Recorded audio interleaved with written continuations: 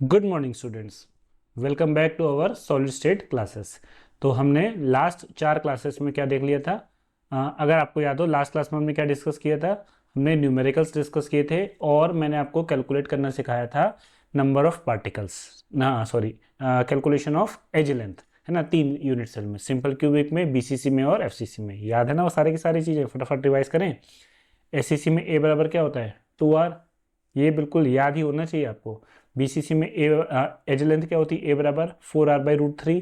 और एफसीसी में ए बराबर क्या होता है? 2√2r। और फिर हमने कैलकुलेट करी थी पैकिंग एफिशिएंसी, है ना, ये भी आपको याद हो, बहुत बार पूछा जा चुका है। सिंपल क्यूबिक में π/6 होती है या 52%। बीसीसी में कितनी होती है? π√3/8 या कह सकते हैं 68%। और एफसीसी में कितनी होती है? π√3/6 या 74%।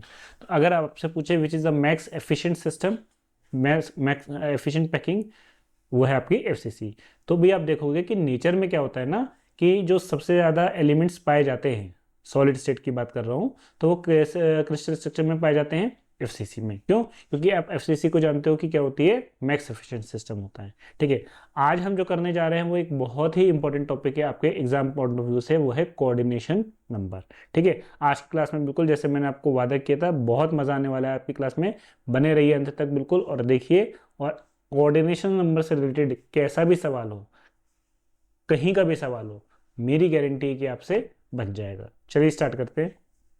तो देखिए, सबसे पहले ये डिफाइन करते हैं कि कोऑर्डिनेशन नंबर होता क्या है।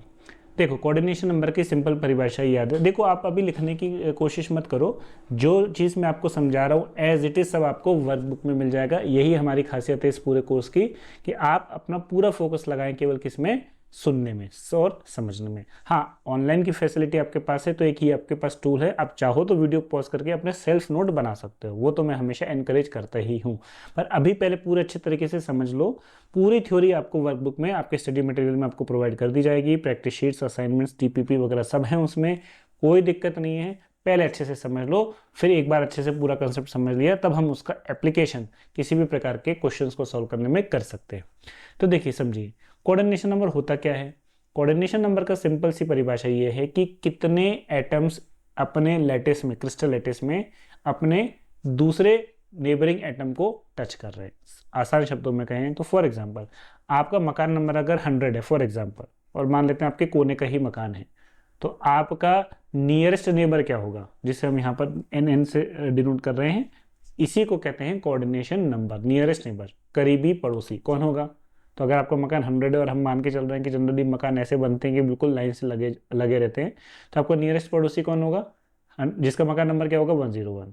ये कहलाता है कोऑर्डिनेशन नंबर। तो अब कभी भी अगर आपसे पूछे कि मान लीजिए एक NaCl की लेटिस है, तो Na का कोऑर्डिनेशन नंबर बताओ, तो सबसे पहले तो दिमाग में आना चाहिए पूछ क्या रहा है। तो NaCl में अगर वो Na का कोऑर्डिनेशन नंबर पूछ रहा है, तो वो ये जानना चाह रहा है कि अपने क्रिस्टल लैटिस में एक सोडियम का एटम या आयंस कितने क्लोराइड आयन को टच कर रहा होगा, या जो भी उसका जो नियरेस्ट नेबर होगा वो कौन होगा, और वो कितनी दूरी पर होगा, और कितने वो टच कर रहा होगा।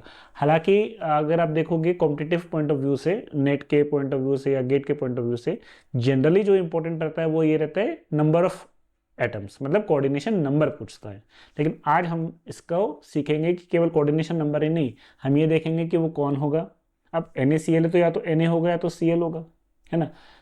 कितनी दूरी पर होगा, कितने डिस्टेंस पर होगा, ये कैलकुलेट करना भी सीखेंगे, और कितने होंगे ये कैलकुलेट करना भी सीखेंगे। तो अब देखो, जनरली सवाल आपसे पूछा जाएगा कोऑर्डिनेशन नंबर पे। एक तरीका तो ये है कि मैं आपको बता दूं सिंपल क्यूबिक का कोऑर्डिनेशन नंबर इतना होता है बीसीसी का एफसीसी का। पर आज हम सिर्फ रटेंगे नहीं, आज हम समझेंगे नहीं, आज हम फील करेंगे उस चीज़ को। और एक बार गेट में ये पूछा जा चुका था कि सेकेंड नियरेस्ट नेबर, ऐसा भी पूछता है वो, सेकेंड नियरेस्ट नेबर। अच्छा, इसका क्या मतलब होता है? दूसरा पड़ोसी। ये पूछा जा चुका, तो एक स्टेप उसने और आगे ले लिया, तो कोई दिक्कत नहीं। इसी से हम प्रेरणा लेके, गेट वालों से ही हमने प्रेरणा लेके, अब हमने क्या किया है, अब हमने बोला कि आज भाई, पहले तो क्या था, सिर्फ कोऑर्डिनेशन नंबर पूछता था। अब बीच में क्या हुआ कि एक बार उसने क्या पूछ लिया, सेकंड कोऑर्डिनेशन नंबर, या सेकंड कोऑर्डिनेशन नंबर बोलना ही गलत है, सेकंड नियरेस्ट नेबर। ध्यान रखिए, कोऑर्डिनेशन नंबर केवल बात होती है नियरेस्ट नेबर की, जो डायरेक्टली क्या कर रहा हो, टच कर रहा हो। उसके बाद अगर पूछना है तो फिर हम कहेंगे सेकंड नियरेस्ट नेबर। तो हमने सोचा कि इसी से प्रेरणा लेके कि आज अगर ये सेकंड नियरेस्ट नेबर पूछ रहा है, तो हो सकता है कुछ समय बाद थर्ड पूछ ले। तो हमने कहा एक काम करते हैं, इसको पूरा खोल देते हैं। आज मैं आपको एक ऐसी टेक्निक बताने वाला हूँ, आप किसी भी यूनिट सेल का, किसी भी एटम का first nearest, second nearest, third nearest, fourth nearest, fifth, six, seventh, eight, nine, tenth, जो मर्जी आए आप उसका नियरेस्ट नेबर बता सकते हो। कितने होंगे ये भी बता सकते हो, और कितनी दूरी पर होंगे ये भी बता सकते हो, मात्र एक ट्रिक से। सिर्फ आपको वो ट्रिक समझनी है, और उस ट्रिक से, तो वो ट्रिक समझने से पहले ना उसका कंसेप्ट भी समझना ज़रूरी है, तो वो तो है ही, लेकिन इसके अलावा मैं आपको बता रहा हूँ सिंपल क्यूबिक बीसीसी एफसीसी में कोई भी हो, आप किसी भी यूनिट सेल का कोऑर्डिनेशन नंबर तो खैर याद हो ही जाता है, हर बच्चों को याद रहता है, पर first, second, third, fourth, fifth, sixth हम करेंगे। तो ये जो बेटा मैं आज आपको बताने जा रहा हूँ, ये एक एडवांस लेवल की चीजें हैं, और मेरा दावा है पूरे यूट्यूब में, पूरे इंडिया में जो चीज़ मैं आपको बताने जा रहा हूँ ऐसा आपको कोई नहीं बता के देगा। मैक्सिमम मुझे पता है जो सॉलिड स्टेट पढ़ाते हैं इस लेवल का, CSIR नेट और गेट लेवल का, वो ज़्यादा से ज़्यादा आपको फर्स्ट नियरेस्ट नेबर, और वो ज़्यादा से ज़्यादा हुआ तो सेकेंड, और किसी ने हिम्मत करी करने की तो थर्ड। इसके अलावा तो उनकी भी हिम्मत जवाब दे जाती है, पर मैं आज आपको बताऊंगा first, second, third, fourth, fifth, six, seventh, eight, nine, tenth, किसी का भी। और ऐसा नहीं कि मैं आपको बताऊंगा और आपको याद करना है, आप खुद ही निकाल सकते हो। और मेरा दावा है कि पूरे इंडिया में ये चीज़ कोई नहीं बताया, किसी ने नहीं बताया हुआ, गारंटी है मेरी। आइए स्टार्ट करते हैं, ठीक है, बहुत ज़्यादा टाइम वेस्ट किए बिना। चलिए सबसे पहले बात कर लेते हैं हम, ये एडवांस लेवल की चीज़ें हैं, तो थोड़ा सा attention I want from you, तो ध्यान रखिए, पूरा का पूरा इस पर लगाइए।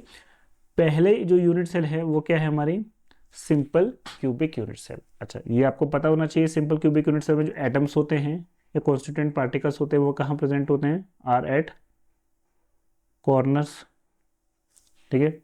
तो चलिए सबसे पहले मैं आपको सिंपल क्यूबिक यूनिट सेल बना के बताता हूँ। तो ये देखिए, ये मैंने यहाँ पर ऑलरेडी बना के रखी है आपके लिए, मैं डायरेक्ट यहाँ पर पेस्ट कर रहा हूँ। तो देखिए बेटा, सिंपल क्यूबिक यूनिट सेल में क्या होता है ना, ऑलरेडी हम डिस्कस कर चुके हैं, पार्टिकल्स कहाँ प्रेजेंट होते हैं, कॉर्नर्स पे। पर ध्यान रखिएगा, ये बना ऐसे रहूं, पर अगेन मैं आपको इसका 3D और क्रॉस सेक्शन व्यू दोनों ही बता चुका हूं कि ये कॉर्नर्स पे रखे सारे एटम्स ऐसे अकेले अकेले नहीं पड़े होते, सारे एटम्स एक दूसरे को क्या कर रहे होते हैं, टच कर रहे होते हैं। अब हम यहाँ पे सीखेंगे इसका सबसे पहले क्या देखना, कोऑर्डिनेशन नंबर, या इसी को हम क्या कह देते हैं बेटा, फर्स्ट नियरेस्ट नेबर। ये कितना होगा, तो पहले ये बताइए कि कौन होगा। तो ऑब्वियसली सब सारे पार्टिकल केवल कॉर्नर पे ही रखे हैं, तो जो पहला नियरेस्ट नेबर होगा वो कौन सा होगा, ये कॉर्नर पे रखा एटम ए। अब क्योंकि सिंपल क्यूबिक है तो अभी हम यहाँ पर आयंस की बात नहीं कर रहे, हम सिर्फ बात कर रहे हैं किसकी, एटम्स की। तो कौन सा एटम होगा, जो कॉर्नर पे रखा हुआ एटम है, ठीक है। तो कितनी दूरी पर होगा ये होगा ए दूरी पर। अब बात ये आती है कि कितने होंगे, और यही इसका क्या है, कोऑर्डिनेशन नंबर। तो देखो, एक तो तरीका यही है कि मैं आपको डायरेक्ट बता ही दूं, है ना, फॉर्मूला, तो वो आप खैर रट लोगे, पर वो हमारी बात नहीं बनेगी। मैं आपको ट्रिक बताऊंगा, लेकिन है ना, आप पहले इसका कंसेप्ट समझिए। देखिए क्या है, ये बताओ कि इस एटम की जिसका मुझे कोऑर्डिनेशन नंबर निकालना है, ठीक है, ये अपनी ही यूनिट सेल में कितनों को टच कर रहा है। क्योंकि जब आप कोऑर्डिनेशन नंबर बोलते हो तो केवल अपनी ही यूनिट सेल में तो नहीं बोलोगे, आप तो पूरे क्रिस्टल लैटिस में बोलोगे कि ओवरऑल वो एटम 3D क्रिस्टल लैटिस में टोटल कितनों को टच कर रहा होगा मिनिमम दूरी पर, वही उसका कोऑर्डिनेशन नंबर होगा, जिसे हम नियरेस्ट नेबर भी कह रहे हैं।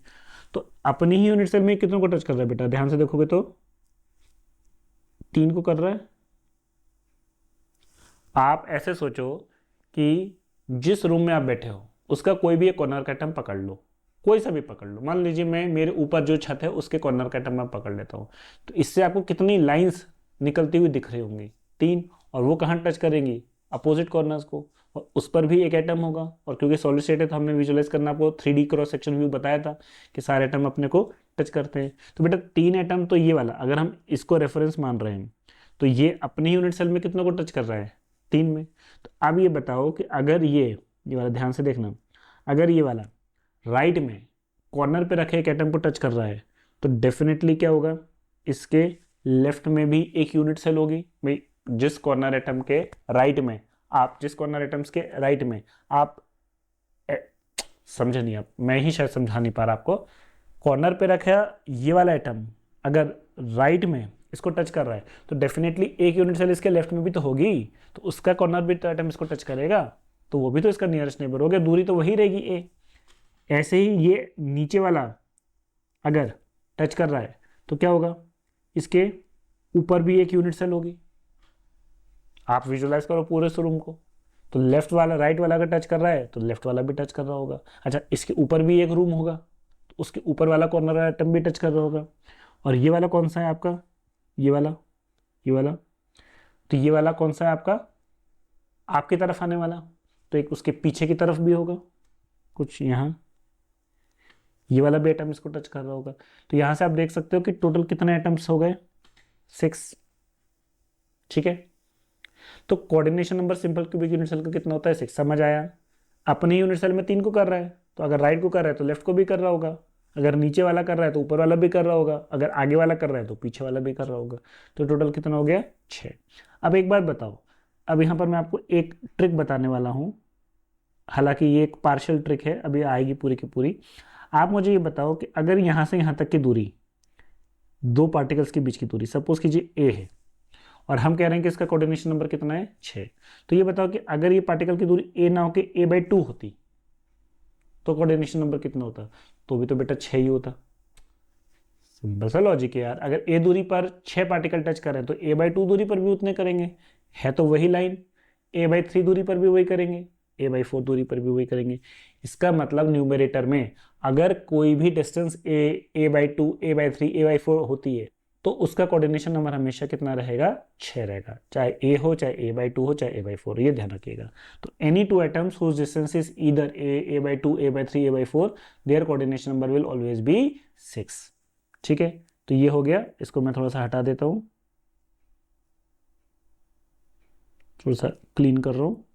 अब ये हो गया फर्स्ट नियरेस्ट नेबर पर। मैंने आपको कहा था कि मैं आपको ऐसी चीज बताने वाला हूं, अब आप second, third, fourth, fifth, sixth किसी का भी बता सकते हो, ये सारी एडवांस चीजें हैं। सेकंड नियरेस्ट नेबर बता सकते हो कौन होगा, तो अब आप इसी यूनिट सेल में बताओ मेरे को, तो इसको हटा दो, इस पूरे को 2 मिनट के लिए थोड़ा सा क्लीन अप कर रहा हूं मैं। ठीक, तो पहला तो कौन सा हो गया, कितनी दूरी पर हो गया, ए दूरी पर। नेक्स्ट नियरेस्ट नेबर कौन होगा, तो आपको नहीं लगता कि ये अगर इसका, ये वाला इसका पहला नियरेस्ट नेबर है, तो दूसरा नियरेस्ट नेबर कौन सा होगा, ये वाला, जो कि कितनी दूरी पर होगा, ये दूरी पर होगा। और ये दूरी इसकी क्या कहलाती है, फेस डायगोनल। तो सबसे पहले तो ये लेंथ कितनी हो गई बेटा, a√2 हो गई। अब बात करनी है कि ऐसे कितने एटम होंगे। तो अब क्या करना पड़ेगा, इसको थोड़ा सा सोचना पड़ेगा, विजुलाइज करना पड़ेगा कि यार ये कितने एटम्स होंगे, बताइए ऐसे, मतलब a√2 बाई दूरी पर कितने एटम्स मिलेंगे आपको, क्या आप सोच सकते हो, थिंक फॉर 30 सेकेंड्स, कितने होंगे, ये नंबर कितना होगा a√2 दूरी पर, जो कि क्या है इसका फेस डायगोनल। तो वही चीज मैं आपको कर रहा हूं, आप जिस कॉर्नर वाले एटम को पकड़े थे उसके फेस डायगोनल पे, मतलब जिस दीवार के कॉर्नर एटम को आपने माना था उसके फेस डायगोनल के एक एटम को आप विजुलाइज कर लो। ठीक है, तो मुझे ये बताओ इस कॉर्नर से कितने फेस जुड़े हुए दिखाई दे रहे हैं आपको। अब देखो अपने रूम को देखो, जिस कॉर्नर के एटम को आपने सोचा है उससे कितने फेस दिखाई दे रहे हैं, 3। अरे यार 3 लाइन दिखाई दे रही होंगी, 3 दीवार दिख रही होंगी उस एटम से। कोई से भी कॉर्नर एटम को पकड़ लो, अगर मान लो आप ऊपर वाले को पकड़ते हो तो आप विजुलाइज करो जिस रूम में, इसलिए मैं कह रहा हूं आपसे, आपके लिए सबसे अच्छा क्यूबिक सिस्टम क्या है, आपका रूम है। जिस कॉर्नर एटम पर आपने नजर डाली है उससे कितनी दीवारें, कितने फेस दिखाई दे रहे हैं, तो मेरे को लग रहा है 3 दिखाई दे रहे हैं। तो 3 तो क्या होंगे, फेस डायगोनल। लेकिन ये तो अपनी ही यूनिट सेल में होंगे, आपको तो पूरा 3D क्रिस्टल लैटिस में सोचना है, तो बताओ क्या होगा। तो देखो ऐसे विजुलाइज करने से अच्छा मैं आपको सिंपल एक फॉर्मूला बता देता हूं। अब यहां पर आता है हमारा शॉर्टकट। शॉर्टकट बेटा क्या है, आप ये बताओ बस मुझे, आप बस मुझे ये बता दो बेटा कि इस लाइन को ढकने के लिए कितनी यूनिट से लगानी पड़ेंगी ताकि ये लाइन ढक जाए, बस इतना बता दो। इस लाइन को ढकने के लिए कितनी यूनिट से लगेंगी। तो बेटा ये लाइन कौन सी है, फेस डायगोनल। फेस डायगोनल मतलब कोई सी भी एक दीवार के 2 अपोजिट कॉर्नर्स के बीच से जाने वाली है। तो आप सोचो कि अगर इस फेस के, ये वाली टॉप फेस जो है उसके अपोजिट कॉर्नर का ये फेस डायगोनल है, इसको ढकने के लिए इस लाइन को, जो रेड लाइन से दिख रही है आपको, मैरून लाइन से दिख रही है, इसको ढकने के लिए कितनी लाइन की आवश्यकता है और कितनी यूनिट सेल की आवश्यकता है। तो जस्ट अगर आपको नहीं लग रहा कि इसके ऊपर मैं एक as it is unit cell रख दूं, देखिए कोशिश कर रहा हूं रखने की, तो क्या होगा, थोड़ा सा साइज मैंने उसको जूम कर दिया था, तो ये पूरी की पूरी ढक जाएगी। तो ये मान लीजिए फेस है, ये फेस का डायगोनल है, इसके ऊपर अगर एक यूनिट सेल रख दूँ तो पूरी की पूरी ढक जाएगी। तो इसका मतलब कितनी यूनिट सेल लगेंगी इसको ढकने के लिए कंप्लीटली, 2। तो आपको क्या करना है, पहले देखिए शॉर्टकट क्या है, मुझे ये बताओ, कॉर्नर पे रखा ये वाला जो एटम होता है इसका कंट्रीब्यूशन कितना होता है अपनी ही यूनिट सेल में, बोलो 1/8, ये तो आपको पता ही है। तो ऐसा कह सकते हैं कि कॉर्नर पे रखा 1/8 एटम अपनी ही यूनिट सेल में कितने फेस डायगोनल एटम को टच कर रहा है, 3 को। अरे कॉर्नर से लगे 3 फेस जा रहे होंगे, तो तीनों के फेस डायगोनल के कॉर्नर एटम की दूरी बराबर होगी, तो तीनों को टच कर रहा होगा। तो सीधा सीधा कह सकते हैं कि कॉर्नर पे रखा 1/8 एटम अपनी ही यूनिट सेल में कितनों को टच कर रहा है, 3 को। तो अगर 1/8 एटम 3 को टच कर रहा है तो एक कंप्लीट एटम कितनों को करेगा, 24 को। लेकिन ये आंसर नहीं है बेटा 24, क्यों? क्योंकि ऐसे में क्या किया है आपने, बहुत सारी चीजें 2-2 3-3 बार काउंट कर ली। आपने बेसिकली क्या किया है, इसका इसके साथ, दूसरे वाले का इसके साथ, वो सारी चीजें तो रिपीटिशन हो गए। तो क्या करना है इसमें आपको, अभी अभी जो ट्रिक बताई मैंने आपको, आप बस ये देख लो कि the line connecting these 2 points, these 2 atoms, इसको ढकने के लिए कितनी यूनिट से लगेंगी, अभी आपने बताया 2, तो बस क्या करो, इसको 2 से डिवाइड कर दो। तो 24 डिवाइड बाय 2, तो आपने हर चीज़ कितने बार काउंट कर लिए, तो 2 बार काउंट कर लिए। तो 24 डिवाइड बाय 2 कितना होता है बेटा, 12। तो यही इसका क्या हो जाएगा, कोऑर्डिनेशन, कोऑर्डिनेशन नंबर नहीं, सेकेंड नियरेस्ट नेबर। ठीक है, हटा रहा हूं उसको मैं, समझ में आया? तो कौन होगा, फेस डायगोनल का एटम, कितनी दूरी पर होगा, a√2, कितने होंगे, 12। ये हो गया इसका सेकंड नियरेस्ट नेबर। अब आ जाता है बेटा इसका थर्ड नियरेस्ट, आज तक पूछा नहीं थर्ड नियरेस्ट नेबर, मैं पर आपको थर्ड फोर्थ फिफ्थ सिक्स सब बता रहा हूँ कौन होगा। तो अब कॉर्नर का एटम हो गया, फिर आपने देखा कि ये वाला एटम हो गया, अब कौन सा बचा, तो अब आप बोलोगे कि सर ये वाला, नहीं बेटा ये वाला तो कॉर्नर का ही एटम है जो ए दूरी पर है, तो ए दूरी पर जितने होंगे वो तो हम ऑलरेडी काउंट कर चुके हैं, a√2। अब कौन सा बचा, अब बचा ये वाला, कौन सा, ये। और ये कौन सी लेंथ है आपकी, बॉडी डायगोनल की, तो ये कितनी होती है बेटा, a√3 होती है। अब ये कितने होंगे, शॉर्टकट पे आ जाते हैं। अब विजुलाइज करने की बहुत ज़्यादा जरूरत नहीं है, शॉर्टकट लगाइए और 10 सेकंड में आंसर पाइए। मुझे बताओ कॉर्नर पे रखा है कितना आइटम है इफेक्टिवली, 1/8। तो क्या कहोगे, कॉर्नर पे रखा 1/8 एटम अपनी ही यूनिट सेल में इस बॉडी डायगोनल के कितने एटम को टच कर रहा होगा, तो एक ही को कर रहा होगा। अरे कॉर्नर पे रखा एक एटम, बॉडी डायगोनल के एटम को कितने को टच कर रहा होगा, एक ही, क्योंकि एक ही बॉडी डायगोनल है इसका। भाई आप सोचो, ये वाला कॉर्नर का एटम किसी दूसरे बॉडी डायगोनल को थोड़ी ना टच कर सकता है, वो तो एक ही कर सकता है, चाहे कोई सा भी कॉर्नर का एटम पकड़ लो। तो हम कहेंगे कॉर्नर पे रखा 1/8 एटम अपनी ही यूनिट सेल में कितनों को टच कर रहा है, 1 को। तो ए कंप्लीट एटम कितनों को करेगा, 8 को। क्या यही हमारा आंसर होगा, हाँ यही हमारा आंसर होगा। क्यों, अब बताओ इस लाइन को ढकने के लिए कितनी यूनिट से लगानी पड़ेगी, तो ये लाइन कहाँ से जा रही है बेटा, आपके बॉडी के अंदर से, आपकी इस बॉडी डायगोनल से जा रही है, तो ये तो बॉडी के अंदर ही है, तो इसको ढकने के लिए तो कोई और यूनिट सेल लगानी नहीं पड़ेगी। तो इसका मतलब यही मेरा क्या हो जाएगा आंसर। तो इसका मतलब ये क्या हो जाएगा, थर्ड नियरेस्ट नेबर 8 हो जाएगा, है ना। मजेदार ट्रिक, हींग लगे ना फिटकरी रंग भी चोखा होए। अब मैं आपको थोड़ा सा दूसरी दुनिया की सैर कराने ले जा रहा हूँ। अब मैं आपसे पूछ रहा हूँ, बताओ बेटा फोर्थ नियरेस्ट नेबर कितना होगा। तो अब अपनी यूनिट सेल के तो सारे आइटम खत्म हो गए, कॉर्नर का हो गया, फेस डायगोनल और बॉडी डायगोनल, तो अपनी यूनिट सेल में सारे आइटम खत्म कर दिए आपने। अब क्या बचे, अब कैसे निकालोगे फोर्थ नियरेस्ट नेबर, तो बेटा अब फोर्थ नियरेस्ट नेबर कौन होगा, दूसरी यूनिट सेल में मिलेगा आपको। अब बात यह है कि कौन सा होगा, तो वो होगा, जैसे ये यूनिट सेल है ना, तो ऐसा नहीं लग रहा कि इसके बगल में, तो ऐसा नहीं लग रहा कि इसके बगल में एक यूनिट सेल होगी,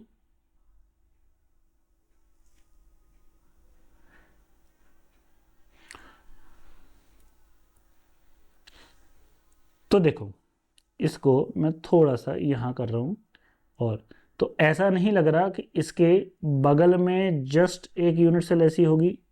बिल्कुल, इसको एक्चुअली क्या है ना, ये साइज पता नहीं क्यों मैच नहीं कर रहा, कोई बात नहीं, बोलो ऐसे लगी होगी एक यूनिट सेल। अब कौन सा होगा, तो अब ये वाली यूनिट सेल में तो सारे खत्म हो गए, अब बगल वाली यूनिट सेल में आ जाओ। तो बगल वाली यूनिट सेल में ये वाला जो एटम है या ये कह लो ये वाला जो एटम है, अगर हम इसी को रेफरेंस मान रहे हैं, तो ये जो लेंथ है ये होगा ना इसका फोर्थ नियरेस्ट नेबर। भाई अपनी यूनिट सेल में तो खत्म हो गए, अब कौन सा बचा, बगल वाली यूनिट सेल में। तो ये दूरी कितनी है बेटा, बोलो 2a। तो ये कितनी दूरी पर होंगे, 2a। अच्छा कितने होंगे, बताइए कितने होंगे, ये कैसे सोचोगे। तो मैंने भी कहा ना, अगर a दूरी पे 6 आ रहे हैं तो 2a दूरी पर भी बेटा 6 ही तो आएंगे। क्या फर्क पड़ता है, ये लेंथ a हो, 2a हो, 4a हो, 6a हो, क्या हो, है ना। अगर a के मल्टीपल में या a/2, a/3, a/4 इस तरीके से हो, अगर सेम लाइन के अलॉन्ग आ रहे हैं तो वो तो हमेशा बराबर होंगे। नहीं तो ये तो वही चीज़ हो गई, a दूरी पर क्या है, आप सोचो, अगर इस यूनिट सेल के, मैंने ये वाली सेकेंड यूनिट सेल इसके राइट में बनाई है, एक यूनिट सेल इसके लेफ्ट में बना लेता, तो ऐसे ही क्या होता, लेफ्ट साइड पे 2a दूरी पर होती, ऊपर 2a, नीचे 2a, आगे 2a, पीछे 2a, तो कितना होगा 6। अब कहने की जरूरत नहीं है। तो पहला नियरेस्ट नेबर 6, दूसरा 12, तीसरा 8, चौथा 6। ऐसा नहीं लग रहा ये चीज़ें क्या होने लगी, रिपीट। तो अब ये बताओ फिफ्थ नियरेस्ट नेबर पूछे तो कितने होंगे, 12। सिक्स्थ नियरेस्ट नेबर पूछे तो कितने होंगे, फिर 8। Seventh nearest neighbour 6। अब 8, 9, 10, 11, 12 करते जाओ। तो आफ्टर दिस 3 ये चीज़ें क्या होने लगी हैं, रिपीट होने लगी। ठीक है, तो इस तरीके से अब कितनी दूरी पर होंगे ये कैलकुलेट करना इतना ज़रूरी नहीं है, कितने होंगे ये इंपॉर्टेंट है। मेन चीज़ आपके फर्स्ट, सेकंड और थर्ड नियरेस्ट नेबर कितने हैं, और मैंने तो आपको उसकी डिस्टेंस भी बता दिया कितना है। क्लियर। तो इसको बेटा हम अलग से हाईलाइट कर लेते हैं। ये रहा आपका, ये रहा आपका किसके लिए, सिंपल क्यूबिक के लिए। ठीक है, ये हमने, तो ये डेटा आप ध्यान रखिएगा। चलिए नेक्स्ट करें, मजा आया, नेक्स्ट करें, मजा आया। किसके लिए, बीसीसी के लिए। बीसीसी के लिए कितना होगा, तो फिर से यूनिट सेल बनाते हैं। ठीक, ये एक यूनिट सेल बनाई। अब बताइए तो बीसीसी में क्या होगा, अगेन मैं रख देता हूँ पार्टिकल्स को, तो कॉर्नर पे तो होगा ही होगा, और कहाँ होगा, एक अपने बॉडी सेंटर पे, बोलो ठीक है। और बाकी है तो ठीक है, बाकी कॉर्नर्स के एटम को बनाना हो तो बना लो सिंपल रिप्रेजेंटेशन के लिए।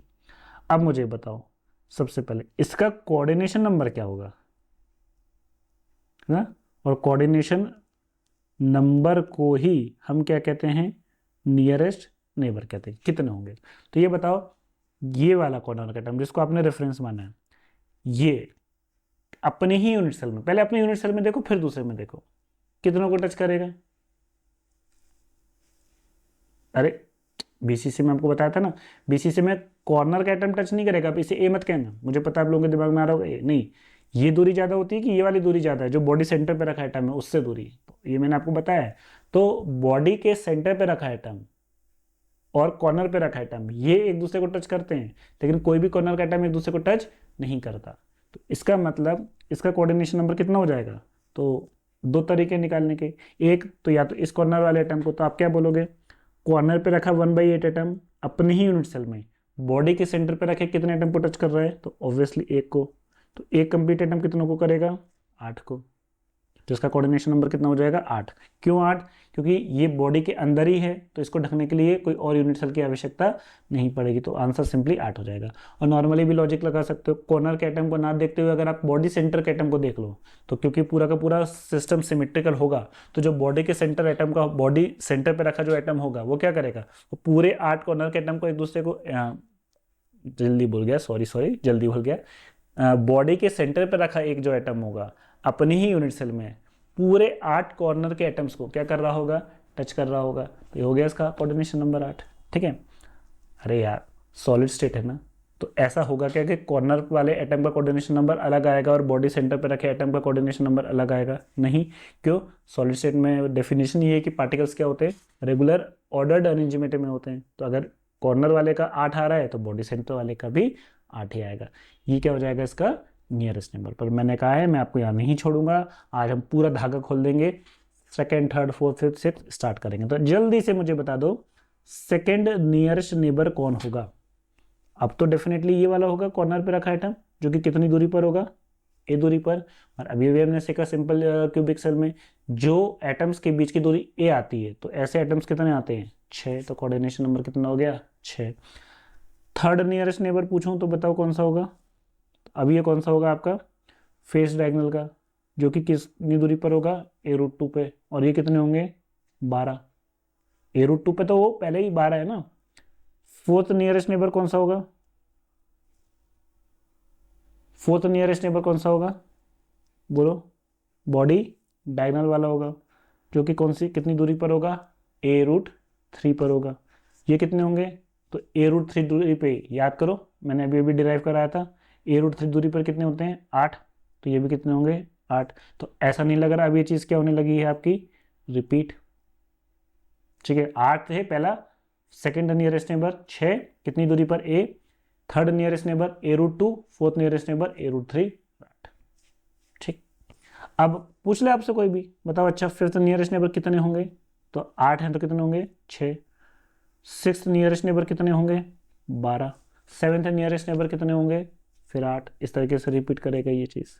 क्लियर। अब बताओ कितना समय लगा, आपने कंसेप्ट समझा, आपने ट्रिक समझी, अब आप कोई सा भी बता सकते हो। ठीक है, बस ये चीज़ ध्यान रखना, अगर a दूरी पर है तो a/2 पर भी उतनी होगी, 2a पर भी उतनी होगी, है ना। a√2 पे है तो a√2/2 पर भी उतनी होगी, a√3 पर है तो a√3/2 पर भी उतनी होगी। क्लियर। ये थोड़ा सा बास्केट टाइप का बन गया बट इट्स ओके। तो ये बीसीसी का। अब है इंटरेस्टिंग और चैलेंजिंग, कौन सा हमारा थर्ड टाइप की यूनिट सेल, जो कि थर्ड टाइप की यूनिट सेल, जो कि कौन सी होगी आपकी, FCC। FCC यूनिट सेल में क्या होगा, FCC यूनिट सेल में इसको थोड़ा सा मैं नहीं कर रहा, नहीं तो फिर बाद में अगर कभी ज़रूरत पड़ी तो दिक्कत होगी, मैं कर लेता हूँ, एक काम करता हूँ।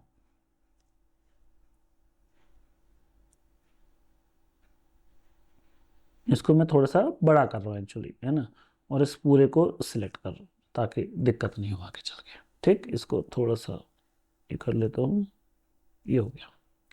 ओके, चलिए अब बताइए बेटा कहाँ कहाँ पार्टिकल होते हैं, तो कॉर्नर्स पे तो होते ही होते हैं, है ना, और साथ साथ कहाँ होते हैं, फेस सेंटर पे। तो अभी मैं सिर्फ सिंप्लिसिटी के लिए कहाँ बना रहा हूँ, एक फेस सेंटर पे बना रहा हूँ, ये होगा।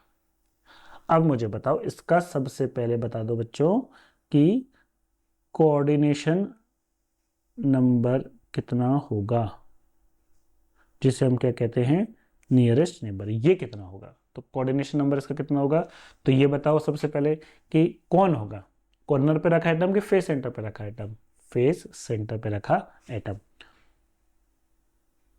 तो कितना होगा, सॉरी पहले लिख लेता हूँ फर्स्ट, अच्छा जगह नहीं है कोई बात नहीं। ये बताइए फर्स्ट नियरेस्ट नेबर या कोऑर्डिनेशन नंबर इसका कितनी दूरी पर होगा, तो ये दूरी कितनी है बेटा बोलो, half of the face diagonal, जो कि कितनी है, a√2/2। तो फर्स्ट नियरेस्ट नेबर, या इसी को हम क्या कह रहे हैं बेटा, कोऑर्डिनेशन नंबर, ये कितनी दूरी पर है, a√2/2 कितना होगा। अब आपको समझ में आ गया है कि अगर a√2 जो अभी हमने देखा उस पर कितने थे, 12, तो a√2 तो वही लाइन है a√2/2 की, तो इस पर भी कितने होंगे, 12। हो गया काम हमारा। ठीक, अरे वाह जंगल बन गई। फिर से बोलो, क्या बोला, मैं खुद ही भूल गया। कितने होंगे, 12। हो गया काम हमारा, वाह मुझे खुद ही नहीं पता, जिंगल बन गई, वेरी गुड। तो ये बताइए समझ में आया, मजा आया आपको। तो a√2/2 दूरी पर भी कितने होंगे, 12। अब आ जाओ सेकंड नियरेस्ट नेबर पर। तो सेकंड नियरेस्ट नेबर कौन होगा, अब तो कॉर्नर वाला आइटम होगा, अब तो कॉर्नर वाला आइटम होगा। कितनी दूरी पर होगा, ए। कितने होंगे, 6। थर्ड नियरेस्ट नेबर कौन होगा, तो अब आप बोलोगे तो a रूट फेस डायगोनल का हो गया, कॉर्नर पे रखा आइटम हो गया, अब कौन सा होगा, तो आप बोलोगे अब कौन सा होगा सर, बॉडी डायगोनल वाला आइटम होगा। बॉडी डायगोनल वाला कि ये वाला, नहीं कॉर्नर वाला, ये पहला तो यही हो गया फेस सेंटर वाला आइटम, दूसरा कौन सा हो गया, कॉर्नर वाला आइटम, तीसरा कौन सा होगा, तो अब आप बोलोगे कि सर अब तो ये फेस डायगोनल वाला आइटम होगा, है ना, a√2 दूरी पर होगा।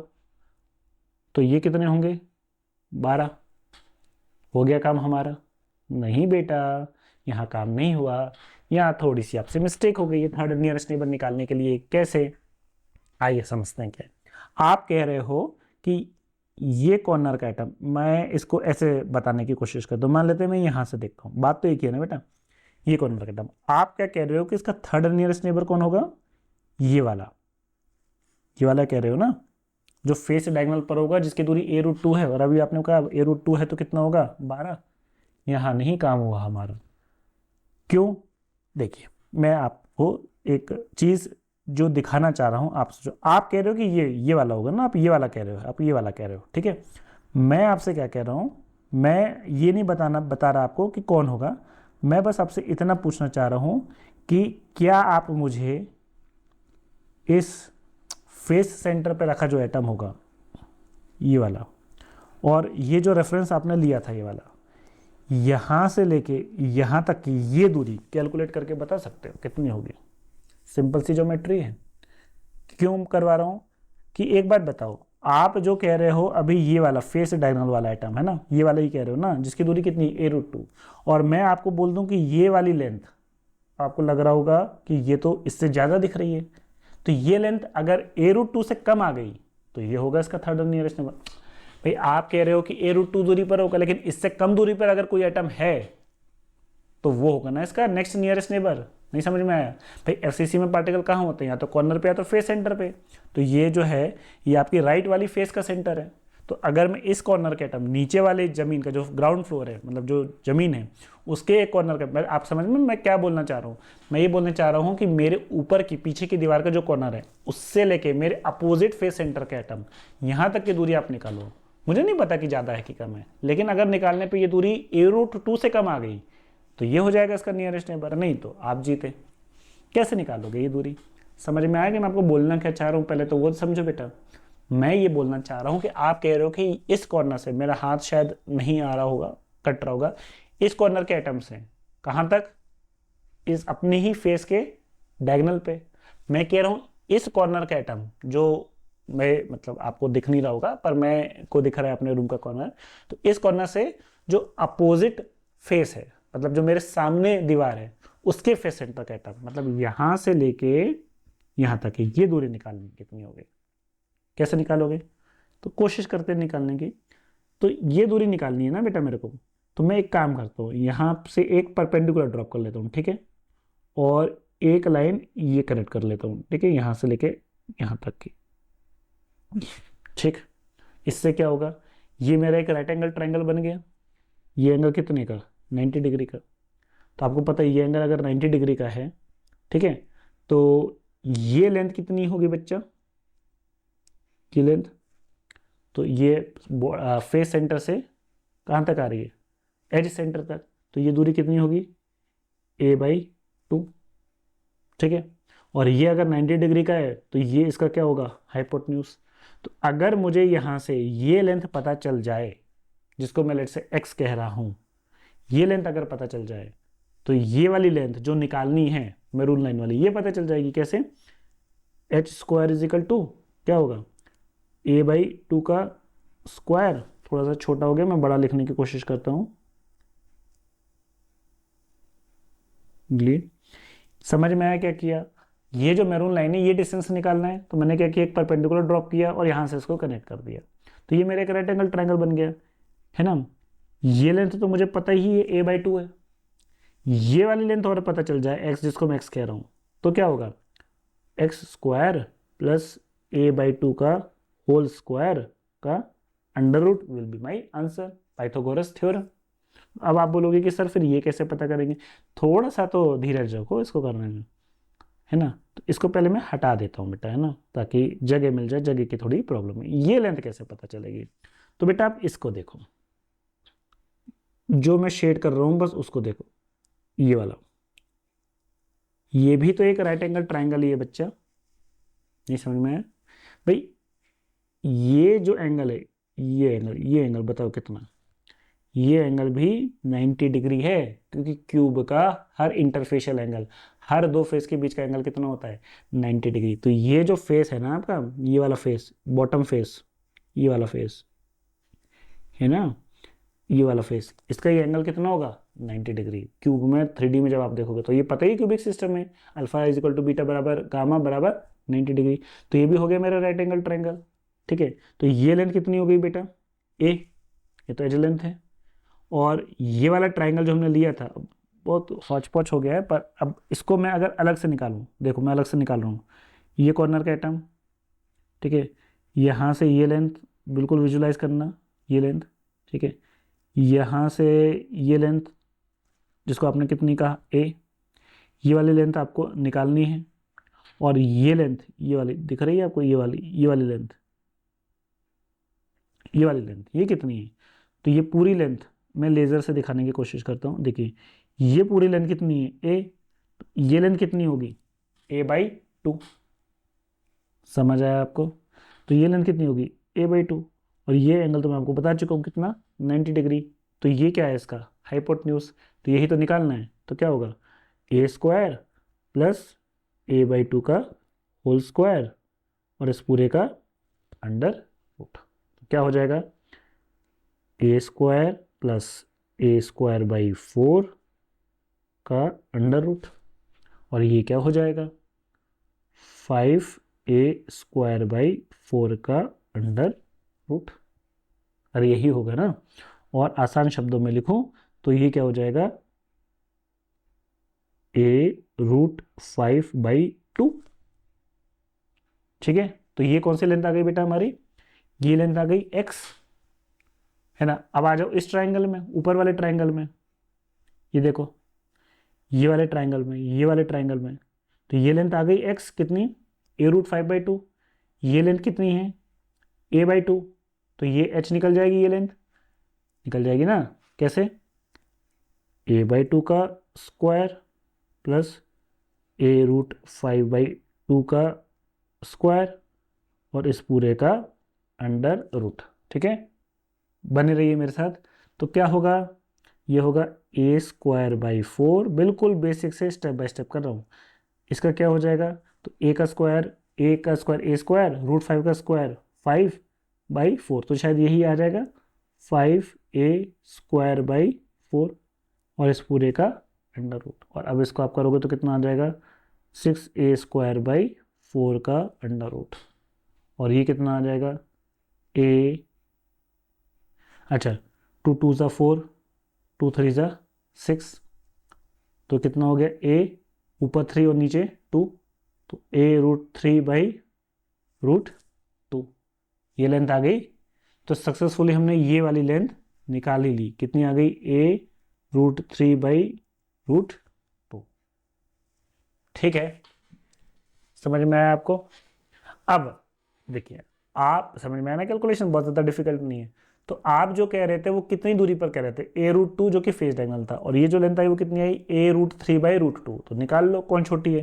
तो बेटा a√2, तो a√2 तो √2 कितना होता है 1.414, तो ये दूरी कितनी है 1.414 a। अरे बोलो ठीक है। और ये कितनी √3/√2, तो √3 कितना होता है 1.732 और √2 कितना होता है 1.414, और ये निकालोगे तो ये लेस देन कितनी आएगी 1.414 आएगी डेफिनेटली। ठीक है, तो इसका मतलब ये कम दूरी पर है, तो अगर ये कम दूरी पर है तो ये टच कर रहा होगा। ठीक है, तो इसका मतलब पूरा हौच-पौच हो गया। मैं फिर से लिखना पड़ेगा मुझको, मैं इसी को अपडेट कर रहा हूँ, चाहूँ तो इसको कर सकते हैं, इसको हटा दें। समझ में आया ना आपको। तो थर्ड नियरेस्ट नेबर कौन होगा बच्चा, थर्ड नियरेस्ट नेबर अब a√2 दूरी पर नहीं होगा, कितनी दूरी पर होगा a√3/√2 दूरी पर। अब जरूरी बात है कि कितने होंगे, तो मुझे ये बताओ कॉर्नर पे रखा है एटम ये वाला, अपने ही यूनिट सेल में कितनों को टच कर रहा होगा, सोच के देखो। ये कॉर्नर का एटम के अपोजिट फेस ये है, नहीं समझ में आया, मैं यहाँ दिखा देंगे। एक ये वाला है, तो बेटा एक इसके ये वाला फेस सेंटर भी होगा, थोड़ा सा ज़्यादा ही टेढ़ा हो गया, मतलब इस कॉर्नर के एटम का ये वाला फेस, अपन ही यूनिट सेल की बात कर रहा हूँ, मतलब इस कॉर्नर का एटम इस फेस सेंटर से अपने फेस को छोड़ के बाकी के बचे 3 फेस के, मतलब इसके अपोजिट ये हो गया, इसके अपोजिट नीचे वाला हो गया और इसके अपोजिट ऊपर वाला हो गया। समझ में आया? मतलब ये दूरी, दूसरी ये दूरी, और तीसरा कौन सा होगा बोलो? सोचो सोचो। अरे यार एक बार बताओ, ये जो कॉर्नर पे रखा ये वाला आइटम है, ये कौन सी फेस पर है? बॉटम फेस पे। तो इसका अपोजिट फेस कौन सा हो गया? ऊपर वाला। एक ये जिसको टच कर रहा है जो मैंने आपको दिखाया, ये कौन सा है इसका? राइट वाला। तो एक हो जाएगा इसके लेफ्ट वाला। तो एक ऊपर वाला हो गया, एक राइट वाला हो गया, और एक लेफ्ट वाला हो गया। तीन हो गए। और तीन तो उसके एडजेसेंट फेस है, तो वो तो फेस सेंटर, वो तो उसका उसी फेस का सेंटर है। a√2/2 दूरी पर वो तो नहीं होगा। तो अपोजिट फेस सेंटर पे कितने होंगे? तो बेटा टोटल 6 ही तो होते हैं।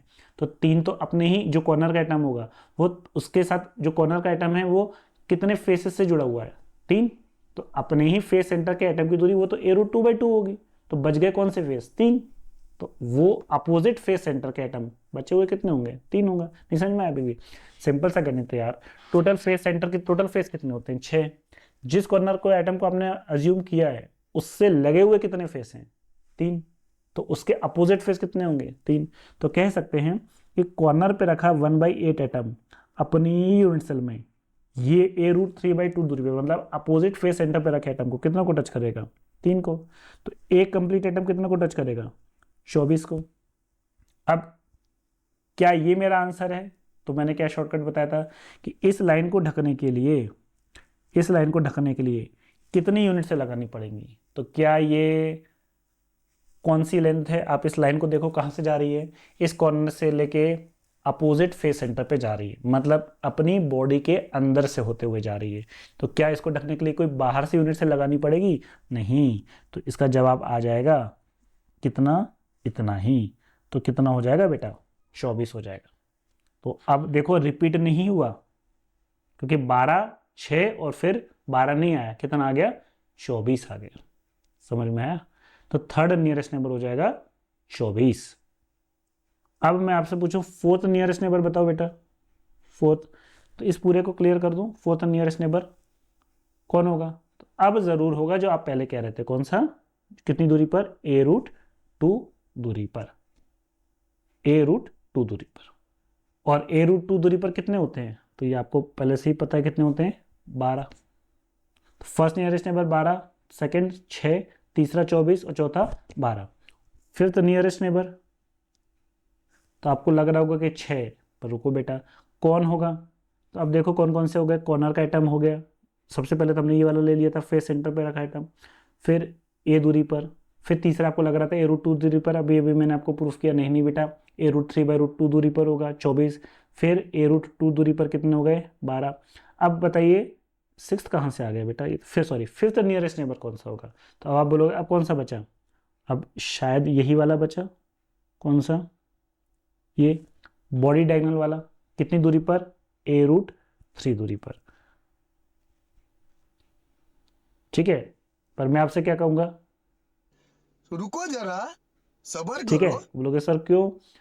तो थोड़ी तो मेहनत बेटा करनी पड़ेगी ना। देखो ध्यान से, मैं सुनिए सुनिए, मैं मुझे समझ में आ रहा है कि आपको कहाँ दिक्कत जा रही है। देखिए ये एक क्यूब है, इमेजिन कीजिए जस्ट इसके बगल में लगा एक क्यूब एग्जैक्ट एस। आप कह रहे हो ये जो कॉर्नर का आइटम है और इसके बॉडी डायगोनल का आइटम है, आप कह रहे हो कि इसका जो फिफ्थ नियरेस्ट नेबर होगा वो ये वाला होगा, यही कह रहे हो? ठीक है, यही कह रहे हो ना? मैं कह रहा हूं कि आप क्या करो, इस कॉर्नर वाले एटम से ये दूरी तो आपको पता ही है a√3 है, तो मेरे कहने पे थोड़ा सा ये काम कर लो। मैं कह रहा हूं कि इसकी जो बगल वाली यूनिट सेल है, इसकी जो बगल वाली यूनिट सेल है उसके फेस सेंटर पे रखा एटम, बॉडी डायगोनल पे नहीं, फेस सेंटर पे रखा एटम, ये दूरी कैलकुलेट करके बता दो कितनी होगी ये दूरी। तो आप कह रहे हो a√3, मैं कह रहा हूं ये दूरी पूछ रहा हूं, कह नहीं रहा कितनी होगी। तो देखते हैं कैसे निकालोगे, तो ईजी है। तो ये लेंथ निकालनी है, तो यहां से क्या करो, सिंपल सी ट्रिग्नोमेट्री, एक परपेंडिकुलर ड्रॉप करो। अब देखिए ये हो गया आपका एक राइट एंगल ट्राइंगल। ये एंगल कितने का? 90 डिग्री का। ये दूरी कितनी? तो ये तो आप बता ही दोगे बेटा, ये दूरी कितनी? तो ये टोटल दूरी कितनी है यहां से लेके यहां तक, ये दूरी कितनी है? ए। और ये कितनी है? a/2। अरे समझ में आ रहा है, ये फेस सेंटर से अगर यहाँ परपेंडिकुलर ड्रॉप करूँगा तो ये इसका एज सेंटर ही तो आएगा बच्चा। तो ये कितना आएगा a/2, और ये पूरी कितनी a, तो यहाँ से लेके यहाँ तक कितनी हो गई a plus a/2, that is कितनी लेंथ हो गई 3a/2। और ये लेंथ कितनी है, तो ये a/2 है। अरे यार अभी तो इससे समझ में आएगा ना, फेस सेंटर से एज सेंटर तक की दूरी a/2। और पूछा क्या है, ये लेंथ निकालना। तो ये अगर आपका 90 डिग्री है तो ये अगेन क्या हो गया आपका इस राइट एंगल ट्राइंगल का हाइपोटेन्यूज। तो सिंपल पाइथागोरस थ्योरम 3a/2 का स्क्वायर प्लस a/2 का स्क्वायर का अंडर रूट कितना आएगा। तो 3a का स्क्वायर कितना हो जाएगा, बोलिए 9a² by 4 plus a² by 4 का अंडर रूट, जो कि कितना आएगा 10a² बाई 4 का अंडर रूट। तो 2 2 ज़ा 4, 2 5 ज़ा 10, तो ये हो गया a√5/√2। तो आप जो कह रहे थे वो था a√3 और मैं कह रहा हूँ a√5/2। तो a√3 बेटा कितना होता है 1.732a, शायद आपको दिख नहीं रहा, एक सेकेंड, हाँ नहीं दिख रहा है। और मेरी जो लेंथ है a√5/√2, ये ज़रा कैलकुलेट करके देखते हैं ये कितनी होगी। ठीक है, चलिए आपके सामने कैलकुलेट करता हूँ। √5/√2, तो देखिए आपके सामने कैलकुलेट कर रहा हूँ मैं। तो ये 5 लिया और इसका क्या लेना है, मेरे को रूट लेना है। कितना आ गया 2.23 डिवाइडेड बाई ये गलती कर दी मैंने, 2.23 है, मेरे को हटाना पड़ेगा। 2.23 डिवाइडेड बाई कितना करना है √2 से, तो √2 निकालने की जरूरत नहीं है, वो मुझे पता है 1.414। और सी जादू कितना आया 1.577, 1.577। ये तो कम आ गई 1.732 से। इसका मतलब इसका इसका जो नियरेस्ट नेबर होगा वो कौन होगा, वो ये वाला होगा जो मैंने आपको दिखाया। ठीक है, तो आइए अपडेट कर लेते हैं। फिफ्थ नियरेस्ट नेबर होगा a√5/√2 दूरी पर। ठीक है, और ये कितने होंगे, ये भी बेटा कितने होंगे 24। By the same logic corner पे रखा ये जो 1/8 एटम है, ये कितना को टच कर रहा होगा। अरे कॉर्नर पे रखा 1/8 एटम इस फेस सेंटर पे रखे एटम को कितना को टच कर रहा होगा 3 को। अरे यार जैसे ये है ऐसे यहाँ भी तो होगा, और ऐसे इसके ऊपर जो यूनिट सेल होगी वहाँ भी होगा। मतलब इसके लेफ्ट में एक यूनिट सेल, इसके राइट में एक यूनिट सेल, और इसके ऊपर एक यूनिट सेल। तो मैं कौन सा ले रहा हूँ, दूसरे यूनिट सेल का फेस सेंटर ही तो ले रहा हूँ जो लगी हुई है। तो एक कॉर्नर वाले एटम से कितने फेस सेंटर एटम लगे हुए होंगे, 3 ही तो लगे हुए होंगे। तो 1/8 एटम अपने ही यूनिट सेल में कितनों को टच करेगा 3 को। तो एक कंप्लीट एटम कितनों को टच करेगा 24 को। तो अब इसका आंसर कितना हो जाएगा 24। समझ में आया। तो एफसीसी में मजा आ रहा है आपको, first second third fourth fifth. अब कोई बोले कि नहीं नहीं नहीं नहीं नहीं, मुझे तो अब ये बताओ सिक्स नियरेस्ट नेबर कौन होगा। अब जरूर होगा कौन सा a√3 दूरी पर, और ये कितने होंगे 8। ठीक, तो first second third fourth fifth six. अब आप बताओ एग्जामिनर की हिम्मत ही जवाब दे जाएगी इसके ऊपर पूछने की। क्या लगता है आपको, अब वो आपसे पूछेगा सेवेंथ नियरेस्ट नेबर कौन होगा, और पूछेगा तो आप बता सकते हो कौन होगा, कैलकुलेट कर सकते हो। तरीका मैंने आपको बता दिया। आज तक सेकंड के ऊपर गए ही नहीं, और मैं कह रहा हूँ ये जो मैंने आपको करवाया मैं गारंटी के साथ कह रहा हूँ पूरे इंडिया में कोई नहीं करा रहा होगा। आप सर बोलोगे सर आप बार बार बोल रहे हो, है ना, थोड़ा सा ओवर कॉन्फिडेंस दिखा रहा है। नहीं बेटा ओवर कॉन्फिडेंस नहीं है, पता है ना मैं, मुल्ले की बांग कहाँ तक मस्जिद तक, सुनी होगी ना कहावत ही आपने। तो भाई मैक्सिमम लोग कहाँ तक आपको बताएंगे, फर्स्ट तो खैर हर कोई बताता है, सेकंड कोशिश कर सकते हैं थोड़ा बहुत, और किसी ने कोशिश की होगी तो थर्ड। पर मैं आपको थर्ड फोर्थ फिफ्थ मैं गारंटी के साथ कह रहा हूँ ये आपको कहीं नहीं मिलेगा, किसी ने बताया ही नहीं होगा। Fifth six seventh eight nine कर सकते हो, एससीसी बीसीसी में तो आराम से, एफसीसी में भी थोड़ा सा अंतर ये है क्योंकि अब आपके है ना एफसीसी में कॉर्नर पे भी होते हैं और फेस सेंटर पे भी होते हैं। क्लियर, तो ये चीज़ आप यहाँ पे नोट कर लो।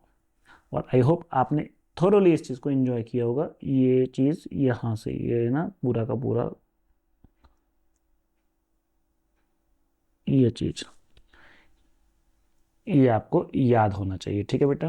ये हटा देता हूँ ये चीज़।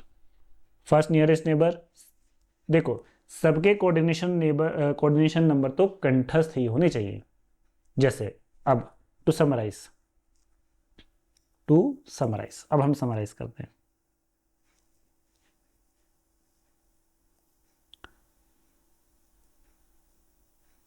क्या समराइज करेंगे? हमें इंपॉर्टेंट चीज सीखनी थी कोऑर्डिनेशन नंबर। तो क्या था? सिंपल क्यूबिक सेल में कितने थे? 6। बीसीसी में कितने थे? 8। और एफसीसी में कितने थे? 12। इसी को हम कहते हैं नियरेस्ट नेबर। ठीक है, समझ में आया? तो ये तो याद होने चाहिए। इसके अलावा इसका जो पता हो तो अच्छा है, सेकेंड नियरेस्ट नेबर। हालांकि अब आप कर सकते हो। सिंपल क्यूबिक यूनिट सेल में कितने थे? 12। बीसीसी में कितने थे? 6। और एफसीसी में कितने थे? एफसीसी में भी आपने किया ना, कितने थे? सेकेंड। ये सब आपको याद होने चाहिए, 6। तो यही पूछता है बेसिकली कितने होंगे। थर्ड नियरेस्ट नेबर में इंपॉर्टेंट है। थर्ड नियरेस्ट नेबर पे जब आते हो तो सिंपल क्यूबिक यूनिट सेल में ये कितने होते हैं बेटा? 8। बीसीसी में कितने होते हैं? ये 12। बीसीसी में कितने थे? देखो मैं आपको बता रहा हूं, ये बीसीसी का ही ना 12 है ना। और जब भी 8 है तो ये जनरली होगा a√3। 12 है, ये कितना होगा? a√2। और एफसीसी में जरूर ये नंबर कितना था? 12 नहीं था, ये कितना था? 24 था। थर्ड नियरेस्ट नेबर का, जो कि था a√3/√2 दूरी पर। तो ये चीज बिल्कुल, अगर आप थर्ड तक भी चले गए ना, इसके बाहर औकात नहीं है एग्जामिनर की आपसे पूछने की। पर मैंने आपको पूरा ही बता दिया है। 4th 5th 6th 7th 8th 9th 10th आप अपनी मर्जी से इसको निकाल सकते हो। This is very very important, very very important for your exam point of view. बोलो ठीक है, समझ में आया? चलिए नेक्स्ट चीज जो हमें डिस्कस करनी है बेटा वो है कैलकुलेशन ऑफ डेंसिटी। डेंसिटी किसकी? यूनिट सेल की। ठीक है, तो बेटा सिंपल डेंसिटी को डिनोट करते हैं रो से। फॉर्मूला क्या होता है? Mass upon density. क्या होता है बेटा? Mass upon volume. लेकिन क्या होता है ना, पता है बच्चे क्या गलती करते हैं? अगर मैं यूनिट सेल की डेंसिटी निकाल रहा हूँ तो मास भी यूनिट सेल का और वॉल्यूम भी यूनिट सेल का। बच्चे क्या करते हैं? वॉल्यूम ले लेंगे यूनिट सेल का और मास ले लेंगे पार्टिकल्स का, एटम्स का। नहीं, यूनिट सेल का मास चाहिए, क्योंकि जिसकी डेंसिटी निकाल रहे हो उसी का मास होना चाहिए और उसी का वॉल्यूम होना चाहिए। तो आइए देखिए, फॉर्मूला तो मैं बता सकता हूँ है ना, पर कैलकुलेट करने का तरीका बता रहा हूँ। देखिए volume of a unit cell is very easy. Volume of a unit cell, क्योंकि आपकी चाहे सिंपल क्यूबिक हो, बीसीसी हो या एफसीसी हो, होता तो आपका क्यूबिक से यूनिट सेल ही है। और एक क्यूब का जो वॉल्यूम होता है वो हमेशा कितना होता है आपका? क्यूब का वॉल्यूम बोलिए, ए क्यूब। तो वॉल्यूम तो ए क्यूब होगा। अब बस मुझे क्या निकालना है? Mass of the unit cell. कैसे निकालूंगा mass of the unit cell? तो भाई किसी भी यूनिट सेल का जो मास होगा वो किसकी वजह से होगा? उसमें रखे एटम्स की वजह से। तो let say Z effective is the total number of atoms in a unit cell. किसी भी यूनिट सेल में let say Z effective total number of atoms हैं, और ये बिल्कुल आपको याद ही हो गई होगी अब तक। सिंपल क्यूबिक में Z कितना होता है? 1 Z इफेक्टिव। BCC में 2 और FCC में 4। तो भाई वॉल्यूम तो ए क्यूब है। अब यूनिट सेल का मास निकालना है, तो यूनिट सेल का मास किसकी वजह से होगा? उसमें रखे एटम्स की वजह से। तो सिंपल क्यूबिक में कितने एटम होंगे? 1। BCC में कितने होंगे? 2। FCC में कितने होंगे? 4। तो ये तो 4 एटम्स हो गए। मल्टीप्लाई बाय देयर मास क्या दे देगा मुझे? यूनिट सेल का मास। तो basically total number of atom into mass of 1 atom. अब इंपॉर्टेंट है मास ऑफ 1 एटम कैसे निकालेंगे। तो आपको थोड़ा बहुत मोल कंसेप्ट अगर आपने पढ़ा होगा, नहीं भी पढ़ा होगा तो कोई दिक्कत नहीं है, हम पढ़ेंगे अपने जीपीसी वाले चैप्टर में, जनरल फिजिकल केमिस्ट्री में। मुझे ये बताओ, किसी भी सब्सटेंस के 1 मोल का मास किसके बराबर होता है? वो होता है उसके मोलर मास के बराबर, और इसी को हम कहते हैं मॉलिक्यूलर मास। जैसे कि फॉर एग्जांपल अगर मैं ऑक्सीजन का मोलर मास पूछूं तो आप क्या कहोगे? 16 ग्राम। मतलब 16 ग्राम क्या है? इस ऑक्सीजन एटम के 1 मोल का मास है। और 1 मोल में कितने एटम्स होते हैं? Na atoms. Na मतलब Avogadro number of atoms, that is 6.023 into 10⁻23 atoms होते हैं। अरे बोलो ठीक है, तो इसका मतलब इतने एटम्स का मास होता है 16 ग्राम। नाइट्रोजन का मॉलिक्यूलर मास तो नहीं होगा, एटॉमिक मास कितना होता है बोलो, 14 ग्राम। तो ये जो ग्राम है ये क्या है, ये मोलर मास है। अब मोलर मास मतलब एक मोल का मास है, मतलब Na एटम्स के मिल के जो मास बना होगा वो होगा 14 ग्राम नाइट्रोजन का। ठीक है, तो अब सिंपल सी बात है कि अगर किसी भी एटम के एक मोल का मास उसके मोलर मास के बराबर है, तो हमें तो एक एटम का मास चाहिए। तो एक एटम का मास क्या हो जाएगा, m/Na, सिंपल। तो अब हमारा फॉर्मूला तैयार है, डेंसिटी का क्या, mass of the unit cell. तो Z is the number of atoms multiply by mass of one atom.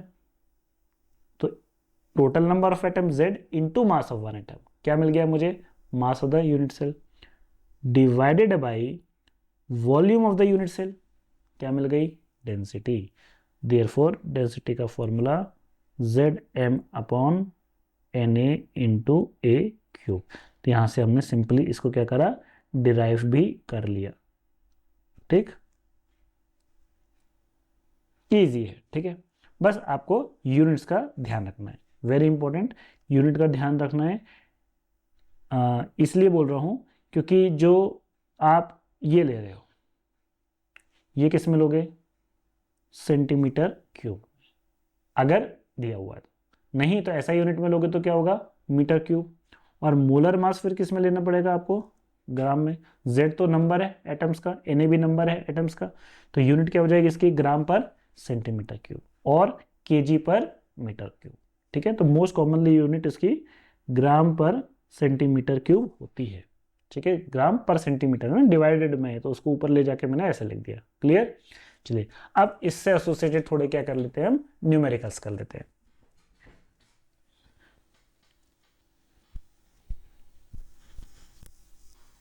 चलिए पहला सवाल करते हैं। देखिए, the latest parameter of an element in FCC is 4.04 angstrom, what is the atomic radius पूछा है। तो सिंपल बोला है उसने कि एक एफसीसी है एलिमेंट है, उसका लेटेस्ट पैरामीटर मतलब किसकी वैल्यू दी है उसने आपको, ए की, कितनी है 4.04 एंगस्ट्रॉम। ठीक है, अब इसका एटॉमिक रेडियस पूछा है, तो आपको मैंने इसलिए बोला था आपको एज लेंथ याद होनी चाहिए। एफसीसी में ए बराबर कितना होता है, 2√2r होता है। तो ए उसने ऑलरेडी दे रखा है 4.04 angstrom is equal to 2√2r। तो एटॉमिक रेडियस क्या हो जाएगा बेटो, 4.04 डिवाइडेड बाई 2√2 हो जाएगा। अब देखो इसको सॉल्व, तो देखो ये आपका जून 2012 में पूछा गया है, और जून 2012 में ध्यान रखिएगा कैलकुलेटर अलाउड नहीं थे, अब तो अलाउड है। तो हमको क्या करना था, हमको बिना कैलकुलेटर के से सॉल्व करना था। लेकिन नॉर्मली देखो बच्चा क्या करता है, पहले √2 निकालेगा, उसे पता होगा 1.41 है, वो 2 से मल्टीप्लाई करेगा, फिर 4 से उसको क्या करेगा, डिवाइड। लेकिन क्या मैं इसको ऐसे भी तो लिख सकता हूँ, बताओ, अगर मैंने √2 और √2 को मल्टीप्लाई और डिवाइड किया तो क्या सेहत पे कोई फर्क पड़ेगा, नहीं। लेकिन एक्सप्रेशन क्या हो जाएगा, तो √2 इंटू √2 क्या हो जाएगा बोलो बेटा, 2 हो जाएगा, और 2 2 जा कितना हो जाएगा 4। तो ये पूरा एक्सप्रेशन कट गया, ऊपर क्या बचा √2। तो आंसर कितना हो गया 1.414 और √2, that would be your answer. See 10 second में आपका आंसर आ गया। Clear, this is the smart way. Calculator allowed है, इसका मतलब ये नहीं कि आप हमेशा छोटे से छोटे कैलकुलेशन को करने के लिए भी, है ना, कैलकुलेटर का मुंह देखो, है ना। कुछ चीजें आनी चाहिए, जब लॉग निकालना हो किसी का, ई की पावर कुछ निकालनी हो, कॉम्प्लेक्स एक्सप्रेशन हो, तब कैलकुलेटर की जरूरत पड़नी चाहिए, इसमें नहीं पड़नी चाहिए, कहने का मतलब ये है। चलिए दूसरा देख लीजिए, अब metal crystallize in FCC structure, edge length दी है edge equal to 500 metre, density दी हुई है 1.33 ग्राम पर centimetre cube, what will be its molar mass, है ना, वो कितना होगा। तो फॉर्मूला देखिए, दिसंबर 2013 का सवाल है, इजी है। अभी अभी मैंने आपको बताया डेंसिटी का फॉर्मूला होता है Z into M/Na into A cube. Important बेटा बस क्या है, यूनिट ही है। एज लेंथ आपको किस में दी है बेटा, पिकोमीटर में, और डेंसिटी किस में दी है, सेंटीमीटर में, क्यूब में। ठीक है, तो आपको इस पिकोमीटर को कन्वर्ट करना पड़ेगा सेंटीमीटर में। तो आपको ये पता होना चाहिए, एक पिकोमीटर होता है 10⁻⁻10 सेंटीमीटर या 10⁻12 मीटर। ठीक है, तो अब बस मेरे को अगर इतना पता है तो मैं अभी यहाँ पर अपने वैल्यू लिख सकता हूँ। क्योंकि मुझे एफसीसी बोला गया है तो जेड की वैल्यू कहे ना कहे मैं अपने मन से कितनी लूँगा, 4। मोलर मास निकालना है।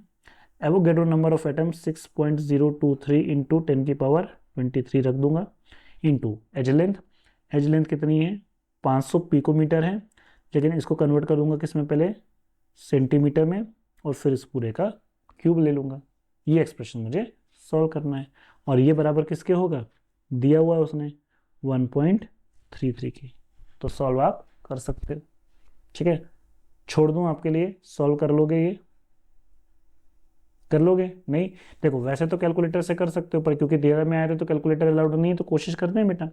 तो ये बताओ 5 का क्यूब कितना होता है, 125। जगह कम है इसलिए मैं यहाँ पर आपको बता रहा हूँ 125 होता है। तो 5 इंटू 5 इंटू 5 125, 2 जीरो हैं तो ये 10⁻2 है, तो 10⁻2 का क्यूब कितना हो जाएगा, 10⁻6। तो 125 इंटू 10⁻6 हो गया।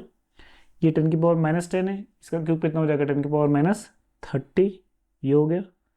और ये कितना है, 6 इंटू 10⁻23। ठीक है, छोटा छोटा दिख रहा होगा पर ठीक है, इंटू 6। तो बेटा कर लो, 125 छक्के कितने होते हैं, 750, इंटू 10⁻6 और 10⁻30 कितना हुआ, 10⁻24। जब बेस सेम होती है पावर ऐड हो जाएंगी, और कितना बचा, -24, और ये +23। तो केवल कितना बचा, 10⁻1, डेट इज नीचे क्या आएगा, केवल 75। तो इस पूरे को काट के कितना कर देना है, केवल 75 कर देना है।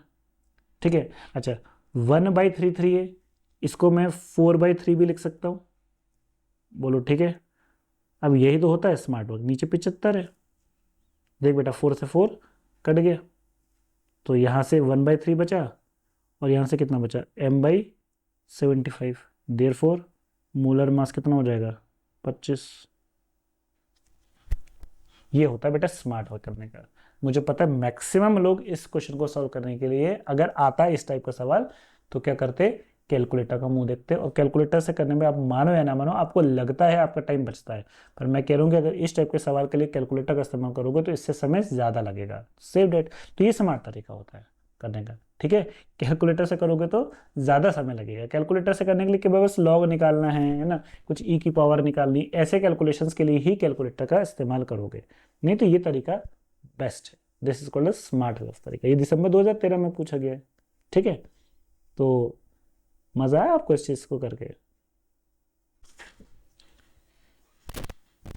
चलिए अगला क्वेश्चन करते हैं, अब जगह थोड़ी। Question number 3, gold crystallize in FCC structure with A is equal to 4 angstrom, what is the atomic radius of the gold. ठीक है, तो मैं डायरेक्टली यहाँ पे आंसर लिख रहा हूँ, R बराबर 1.414। ठीक है, एंगस्ट्रॉम। बोलो सर ये कैसे किया आपने? अरे बेटा क्वेश्चन नंबर 1 देख, जून 2012 में पूछा गया था। उसने एक पूछा था, एक एलिमेंट है एफसीसी का, वो कितना है 4.04, उसका एटॉमिक रेडियस वो भी तो यही निकाला था। और ये गोल्ड पूछा है इसने, और ये भी एफसीसी में, तो आंसर तो बेटा सेम आएगा। देखिए जून 2012 में पूछा था, और ये दिसंबर 2013 में। तो आप सोचो कि कितने क्वेश्चन रिपीट होते हैं, इसलिए मेरा हर लेक्चर्स में ये एम्फेसिस होता है कि PYQ को इग्नोर मत कीजिए, बहुत इंपॉर्टेंट होते हैं। क्योंकि अगर PYQ से कोई सवाल आता है तो हम ये एक्सपेक्ट करते हैं कि आप उसका डायरेक्ट आंसर लिखो 2 सेकंड में, वहां कैलकुलेट करने की जरूरत नहीं पड़नी चाहिए, इतनी प्रैक्टिस होनी चाहिए आपकी। ठीक है, चलिए। An element exist in both FCC and BCC unit cell, what is the ratio of their density in the terms of their unit volume, ये पूछा गया है। तो ठीक है, ये भी आपके नेट का ही क्वेश्चन है, ईयर में मेंशन करना चुका हूँ, है ना, कुछ ईयर था इसका। N element exist in both FCC, मतलब एक ऐसा एलिमेंट है जो FCC और BCC दोनों में एग्जिस्ट करता है। ठीक है, और इसका रेशियो पूछा है डेंसिटी के टू देयर यूनिट वॉल्यूम। तो अगर मेरा पार्टिकल दोनों में एग्जिस्ट कर रहा है तो क्या चीज़ मैं कॉमनली लिख सकता हूँ, Z। BCC के लिए कितना होगा, 2, और FCC के लिए कितना होगा बेटा, 4। डेंसिटी का फॉर्मूला होता है Zm/Na इंटू A क्यूब। तो मोलर मास तो सेम ही होगा क्योंकि एलिमेंट सेम है, Na भी सेम है, तो केवल किसका फर्क पड़ेगा, उसके नंबर ऑफ एटम्स का और उसके वॉल्यूम का। ठीक है, तो रेशियो किसका पूछा है, density in terms of their volume, क्या होगा, तो density of BCC upon density of FCC is equal to z के डायरेक्टली प्रोपोर्शनल है, तो z of BCC upon volume of BCC, ये हो जाएगा इनटू कर सकते हैं volume of FCC upon z of FCC, बोलो ठीक है। z ऑफ बीसीसी कितना होता है, 2, इन टर्म्स ऑफ वॉल्यूम पूछा है तो वॉल्यूम को हम एज इट इज रख रहे हैं upon volume of BCC into z of FCC कितना होता है 4, तो 2/4 हो गया, यानी कितना हो गया 1/2 हो गया। तो क्या पूछा है इसने, density of BCC, density of their FCC to BCC का पूछा है, तो ये 1/2 है, तो ये कितना हो जाएगा, उल्टा हो जाएगा, मतलब 2 टाइम्स देयर वॉल्यूम हो जाएगा, volume of BCC upon volume of FCC, ठीक है। तो ये चीज़ आप कर लीजिए, मैंने बीसीसी अपॉन एफसीसी के लिए पूछा, इसमें किसका था,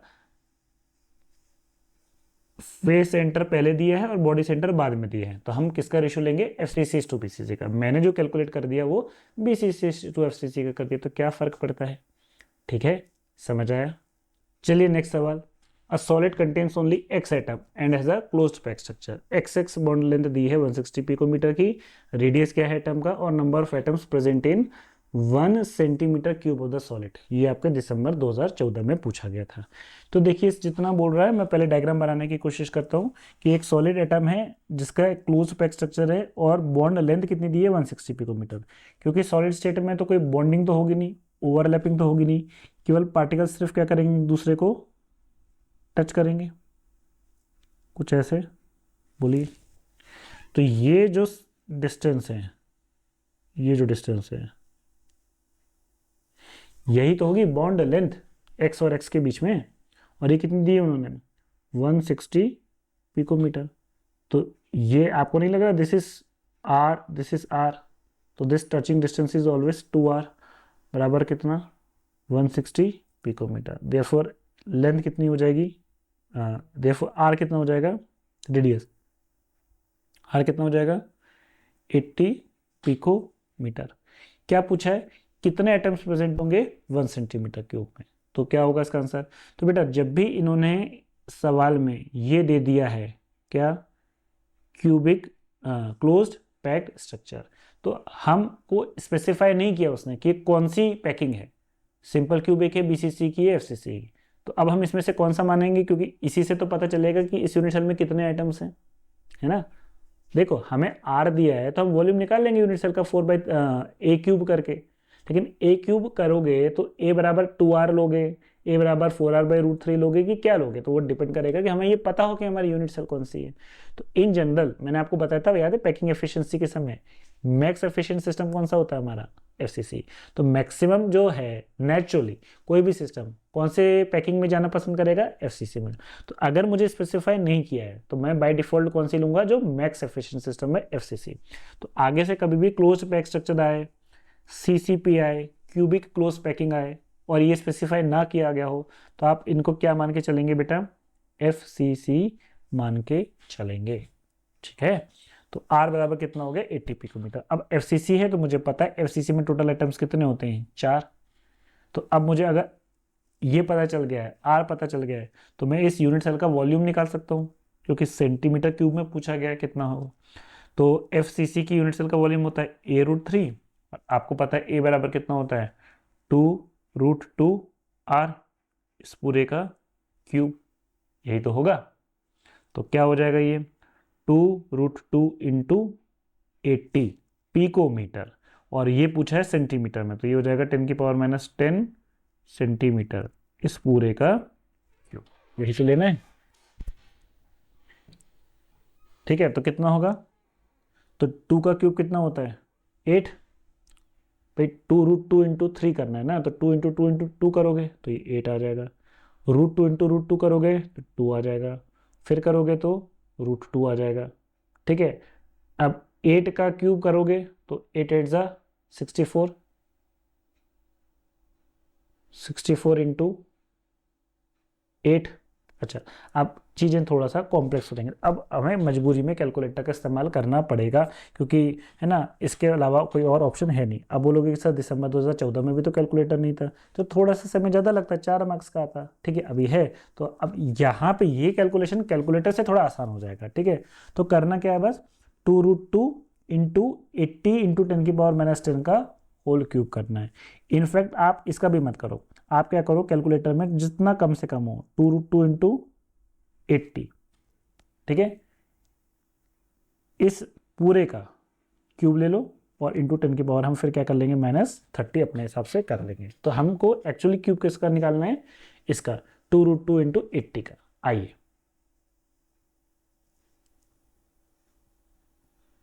तो पहले ब्रैकेट में 2√2 कितना होता है, तो बेटा √2 होता है 1.414, तो 1.414 इंटू 2 इंटू 80,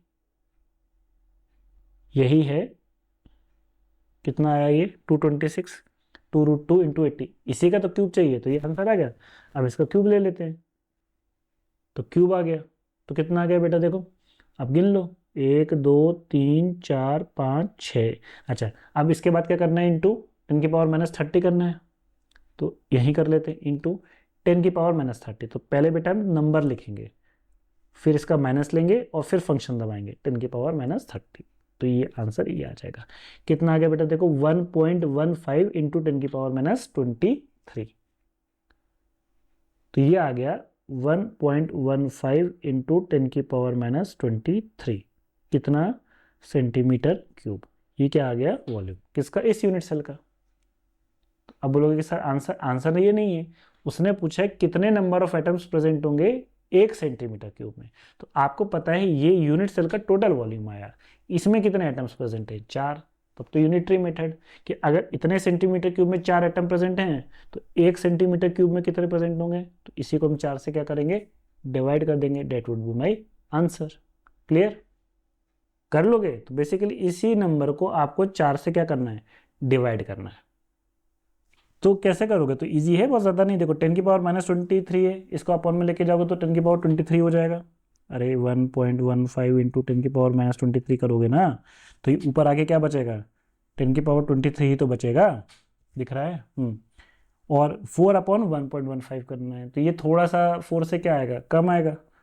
कर लो अब, जब कैलकुलेटर है तो कोई दिक्कत ही नहीं। 4 डिवाइडेड बाई 1.15, डेट इज 3.47 आ रहा है आपका आंसर, ठीक है। तो ये आंसर हो जाएगा आपका 3.47 इंटू 10⁻⁻23, इतने एटम्स प्रेजेंट होंगे 1 सेंटीमीटर क्यूब में। क्लियर, तो बहुत ज़्यादा था नहीं। दिसंबर 2014 में 4 मार्क्स के लिए पूछा गया सवाल था। क्लियर, चलिए next, polonium crystallize in simple cubic. ये आपका मेरे ख्याल से, जहाँ तक मुझे ध्यान है, ये गेट में पूछा गया क्वेश्चन है, और क्वेश्चन में थोड़ा सा ट्विस्ट है। देखिए क्या, उसने ये पूछा है कि polonium crystallises in a simple cubic structure if the density is 9.4 gram centimetre cube, है ना, एज लेंथ डी दिया हुआ है, कितना, 400। अब उन्होंने क्या किया है, एज लेंथ को डी बोला है, हम जनरली ए बोलते हैं। What is the atomic radius of the polonium, इन्होंने पोलोनियम का मास भी दिया था एक्चुअली, पता है, जो मैंने यहाँ पर मेंशन नहीं किया हुआ। तो इसका अगर मैं एक्चुअल क्वेश्चन लेके आऊँ, अब वेट कीजिए, मैं इसका एक्चुअल क्वेश्चन लेके आता हूँ जो गेट में दिया गया है। यहाँ पे थोड़ा सा ये इनकम्प्लीट सा है, क्योंकि मैंने ये करवाया है, ये अपने ऑफलाइन बैचेस में भी मैं ये करवाता हूँ, तो कहीं प्रिंटिंग मिस्टेक हो गई है, तो ये गेट का ही सवाल है। जस्ट वेट कीजिए, मैं आपको इसका एक्चुअल क्वेश्चन लेके आता हूँ, ठीक है। हाँ, इसमें देखिए उन्होंने क्या किया था, मास ऑफ पोलोनियम एटम भी दिया हुआ था 3.48 इंटू 10⁻⁻12 ग्राम, ठीक है। अब ध्यान रखिएगा, इसमें कैच क्या था, इसमें कैच ये था कि उन्होंने जो मास दिया हुआ था वो एक पोलोनियम एटम का दिया था 3.48 इंटू 10⁻⁻12 ग्राम। तो बेसिकली हमारा जो फॉर्मूला था डेंसिटी का, वो तो क्या था, Z into M upon Na into A cube था, यही कर रहे थे। याद है आपको, ये हमने m अपॉन Na क्यों किया था, एक एटम का मास निकालने के लिए, वो ऑलरेडी उन्होंने दे के रखा है 3.48 इंटू 10⁻⁻12। तो इसका मतलब अब हमें सिर्फ क्या करना है, डेंसिटी में Z अपॉन ए क्यूब करना है इंटू मोलर मास, ना लेके केवल एक एटम का मास लेंगे जो कि ऑलरेडी उन्होंने दे के रखा है। तो देखो डेंसिटी कितनी दी है बेटा, 9.4, z कितना होता है 1, m अपॉन एन ए मतलब एक एटम का मास वो ऑलरेडी दे चुका है कितना 3.48 इंटू 10⁻22 ग्राम, तो डेंसिटी भी ग्राम पर सेंटीमीटर क्यूब है, कट जाएगा, अपॉन क्या बचेगा केवल ए क्यूब बचेगा। तो इसका मतलब जो ए क्यूब आएगा वॉल्यूम आएगा वो कितना आएगा बोलिए 3.48 इंटू 10⁻23 डिवाइड बाई 9.4 और फिर इसका क्या लेना है आपको क्यूब रूट। आपको किसकी वैल्यू मिल जाएगी, बेसिकली आप क्या ले लीजिए इसका क्यूब रूट ले लीजिए तो आपको इसका आंसर मिल जाएगा। ठीक है, आई होप आपको न्यूमेरिकल्स समझ में आए होंगे इसके। चलिए अब नेक्स्ट हेडिंग डालिए इंटरस्टिशियल वॉइड्स। ठीक, इंटरस्टिशियल वॉइड्स, इंटरस्टिशियल वॉइड्स। देखिए वॉइड क्या होती है आपको पता होगा, वॉइड का मतलब होता है खाली जगह। जैसे कि अगर आपने पैकिंग एफिशिएंसी जब पढ़ी थी तो सिंपल क्यूबिक में पैकिंग एफिशिएंसी कितनी आई थी 52%। इसका मतलब क्या हुआ कि उस यूनिट सेल का केवल 52% ही पार्टिकल ने क्या किया है ऑक्यूपाई किया है, तो बाकी का 48% क्या है वो खाली जगह है।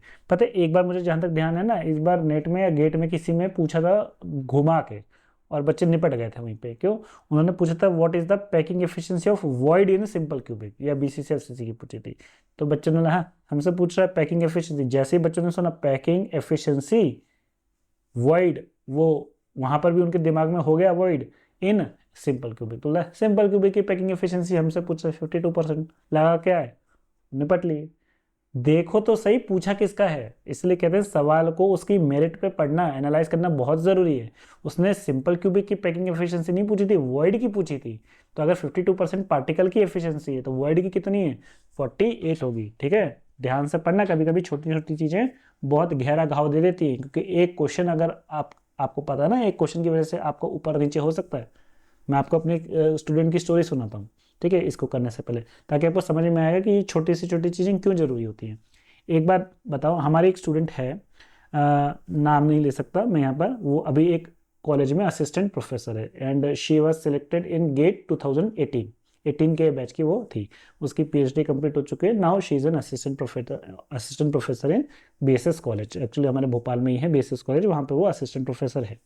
उस समय जब उसका गेट क्वालिफाई हुआ था तो उसके जो मार्क्स आए थे क्वालिफाइंग मार्क्स उसके कितने आए थे 25.5 आए थे। ठीक है, और गेट का जो कट ऑफ गया था वो कितना गया था 25।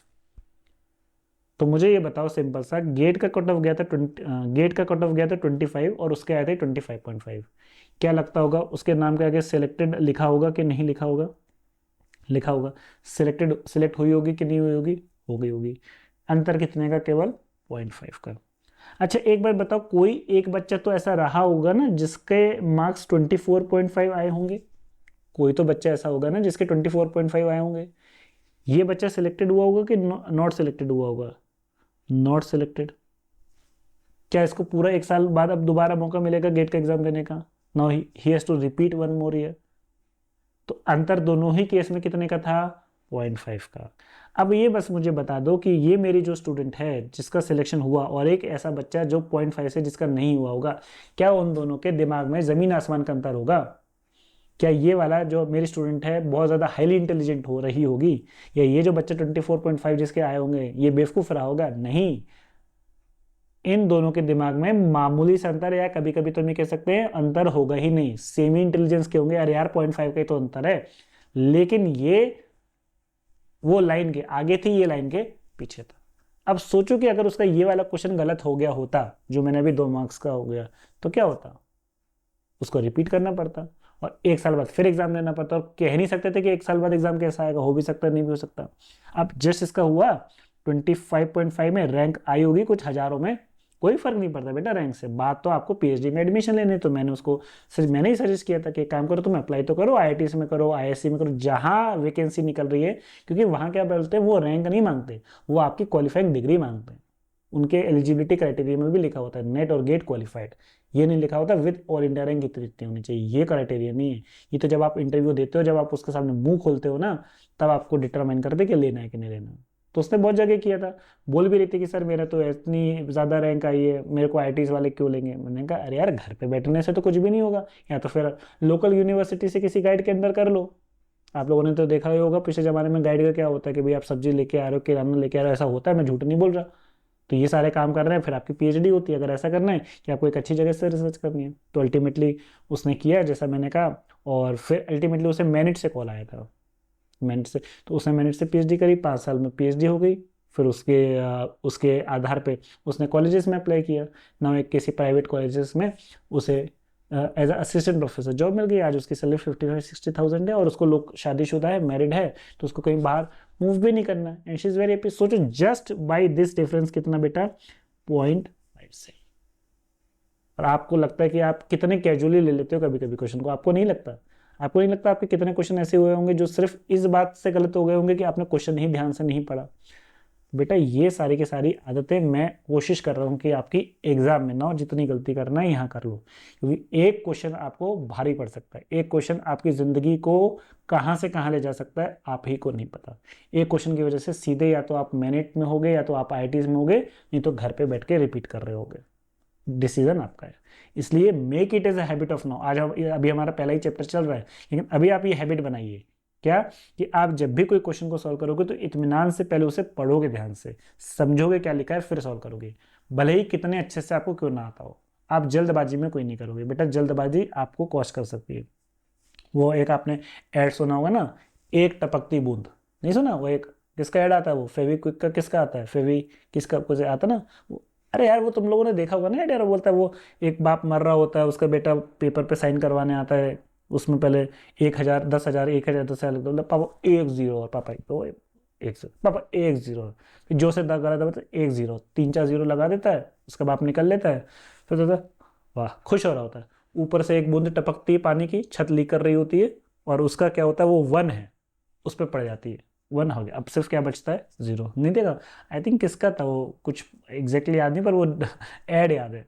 तो एक क्वेश्चन आप सोचो आपकी ज़िंदगी बदल सकता है, और वही एक क्वेश्चन आपको घर बैठने पे मजबूर कर सकता है। इसलिए कभी भी किसी क्वेश्चन को हल्के में मत लेना, चाहे टफ से टफ क्वेश्चन हो, चाहे बहुत ही इजी क्वेश्चन क्यों ना, आपको आंसर दिख भी क्यों ना रहो, फिर भी अच्छे से पढ़ो, समझो, और फिर आप उसको आंसर करो। समझ में आया? चलिए, तो देखिए वर्ड्स क्या होते हैं, खाली जगह। ठीक है, अब वर्ड्स देखिए दो प्रकार की होती हैं। एक होती है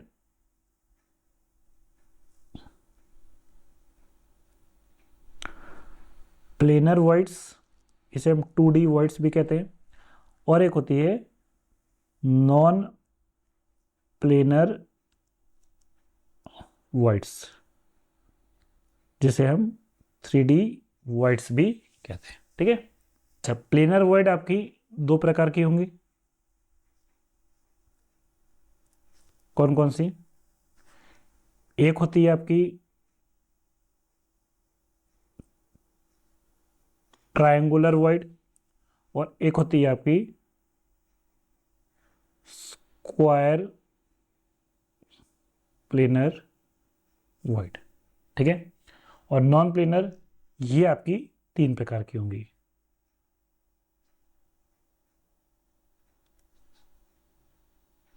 कौन कौन सी?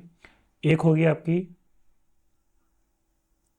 टेट्राहेड्रल वर्ड, एक होगी आपकी ऑक्टाहेड्रल वर्ड, और एक होगी आपकी क्यूबिकल वर्ड। ठीक है, ये 3 प्रकार की आपकी 3D वर्ड्स, और 2 आपकी 2D वर्ड्स। इंपॉर्टेंट इसमें जो है बेटा वो आपकी कौन सी है, वो आपकी टेट्राहेड्रल वर्ड्स है। इसको काटना नहीं चाहिए हमको, इसको मार्क करना चाहिए।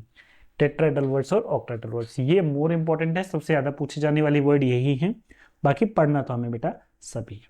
ठीक है, क्लियर? अब देखिए सबसे पहले हम स्टार्ट करते हैं 2D वर्ड से, प्लेनर वर्ड से, और प्लेनर वर्ड में जो हमें सबसे पहले पढ़ना है वो कौन सी पढ़ना है, ट्रायंगुलर वर्ड्स। हेडिंग डाल लीजिए, ट्रायंगुलर वर्ड्स। ट्रायंगुलर, स्पेलिंग की मिस्टेक, ट्रायंगुलर वर्ड्स। अब देखिए बनते कैसे हैं ट्रायंगुलर वर्ड्स, इसे ध्यान से समझिए।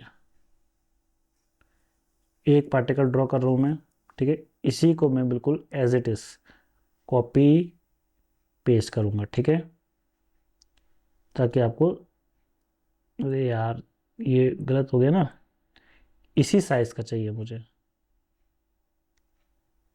ठीक है। इसके जस्ट बिल्कुल बगल में मैंने ऐसे रखा, ठीक है। और एक और पार्टिकल को बिल्कुल मैंने ऐसे रखा।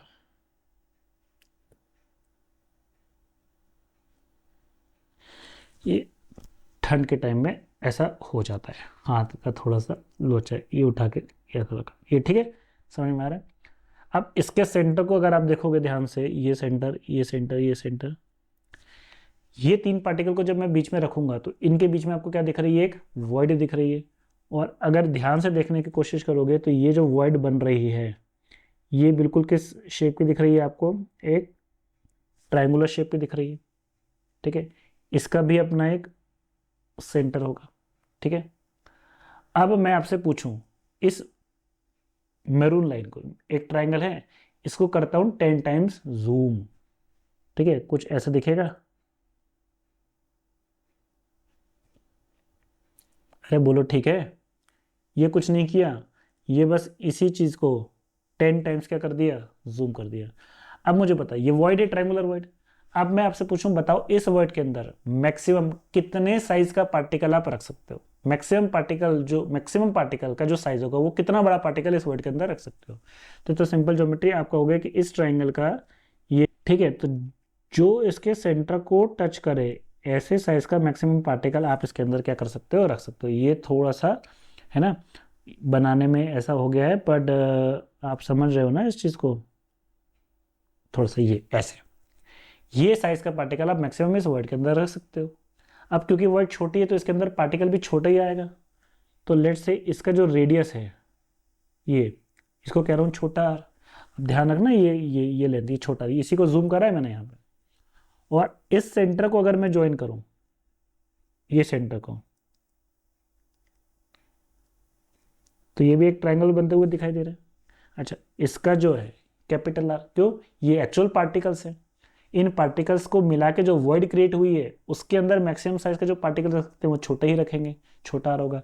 तो actually we are interested in calculating a very important parameter that is called छोटा आर अपॉन बड़ा आर।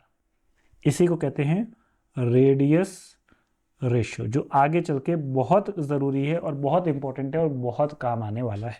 रेडियस रेशियो, छोटा आर अपॉन बड़ा आर, ठीक है। ये ध्यान रखिए, ये कैलकुलेट करना हमारी प्रायोरिटी है या ऑब्जेक्टिव है, ये निकालना है हमें, ये कितना होगा। तो कैसे निकालोगे, तो क्या आप इस बड़े ट्रायंगल को देख रहे हो, तो आप अगर इस बड़े ट्रायंगल को देख रहे हो तो एक बात बताओ कि अगर मैं यहाँ से इस वॉइड के सेंटर से यहाँ तक एक लाइन खींचूँ ऐसे, ठीक है, ये लेंथ समझ में आ रहा है, ये लेंथ कितनी होगी बताइए, छोटा आर प्लस बड़ा आर। अब यहाँ से मैं अगर लेट से एक परपेंडिकुलर ड्रॉप करता हूँ, देखिए ध्यान से कैसे कर रहा हूँ, ये वाला, ठीक, ये लेंथ समझ में आ रहा है, ये एक परपेंडिकुलर ड्रॉप किया मैंने यहाँ से। तो ये मेरे क्या बन गया बेटा, राइट एंगल ट्रायंगल। इसको भी कर लूँ 10 टाइम्स जूम, 10 टाइम्स जूम, ठीक है, एक ट्रायंगल बनेगा, राइट एंगल ट्रायंगल, देखिए, अरे क्लियर है। अब इसको मैं नाम दे देता हूँ, इस पॉइंट को मैं ए कह देता हूँ, सेंटर वाले पॉइंट को, देखिए ये वाले पॉइंट को, ये वाले सेंटर वाले पॉइंट को बी कह देता हूँ, और ये वाले पॉइंट को क्या कह देता हूँ, सी कह देता हूँ। तो जो आपने परपेंडिकुलर ड्रॉप किया था ये किस पॉइंट पे किया था, सी पॉइंट पे। कहाँ से किया था, बी पॉइंट से। और ये कितना हो गया, ये ए हो गया। तो बताओ ए सी लेंथ कितनी है मेरी, ए सी लेंथ, तो ए सी लेंथ बेटा ये मेरी कैपिटल आर है, ए सी लेंथ मेरी कैपिटल आर है, बोलो ठीक है। ए, ये लेंथ कौन सी, ये बी, बी ये वाला पॉइंट है बेटा, ठीक है, सेंटर वाला पॉइंट। तो ए बी कौन सी लेंथ है, तो ये छोटा आर प्लस बड़ा आर है। अरे बोलो ठीक है, छोटा आर प्लस बड़ा आर। और ये एंगल कितने का, 90 डिग्री का, बोलो ठीक है।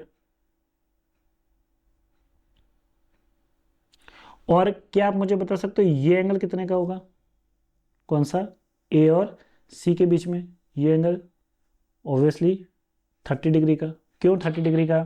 ये मेरा एक इक्विलेटरल ट्राइंगल है, ग्रीन वाला, मेरा ग्रीन वाला ये देखो,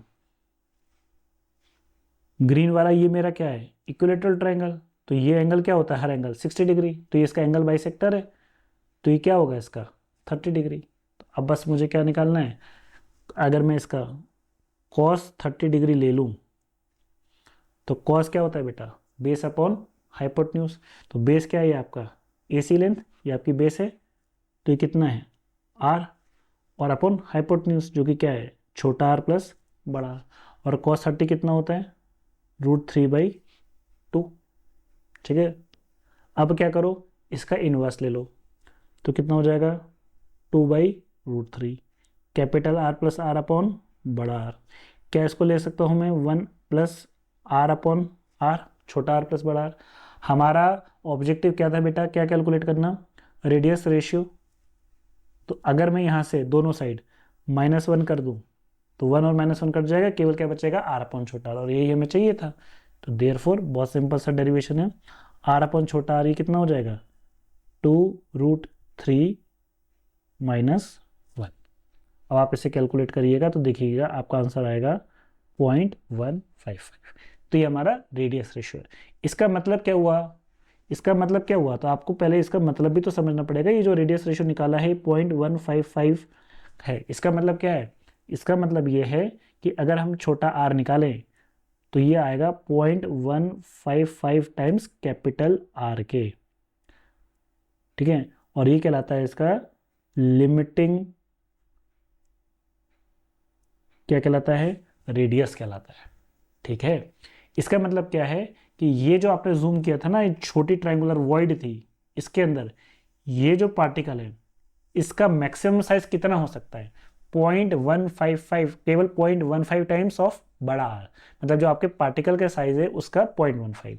इसके इससे ज़्यादा साइज का अगर आपका पार्टिकल होगा तो वो वॉइड के अंदर नहीं आएगा, इस ट्रायंगुलर वॉइड के अंदर नहीं आएगा, फिर वो बाहर चला जाएगा। तो इसका मतलब मैक्सिमम जो पार्टिकल आप इस ट्रायंगुलर वॉइड के अंदर रख सकते हो वो कितना रख सकते हो? 0.155। ठीक है, ये मतलब होता है इसका। तो ये हो गया हमारा ट्रायंगुलर वॉइड। अब नेक्स्ट आती है आपकी कौन सी? Square planar void.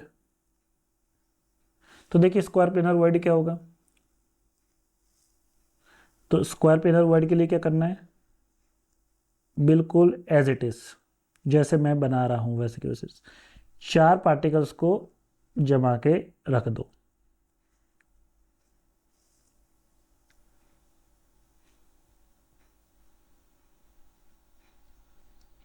ठीक है, रख दिया।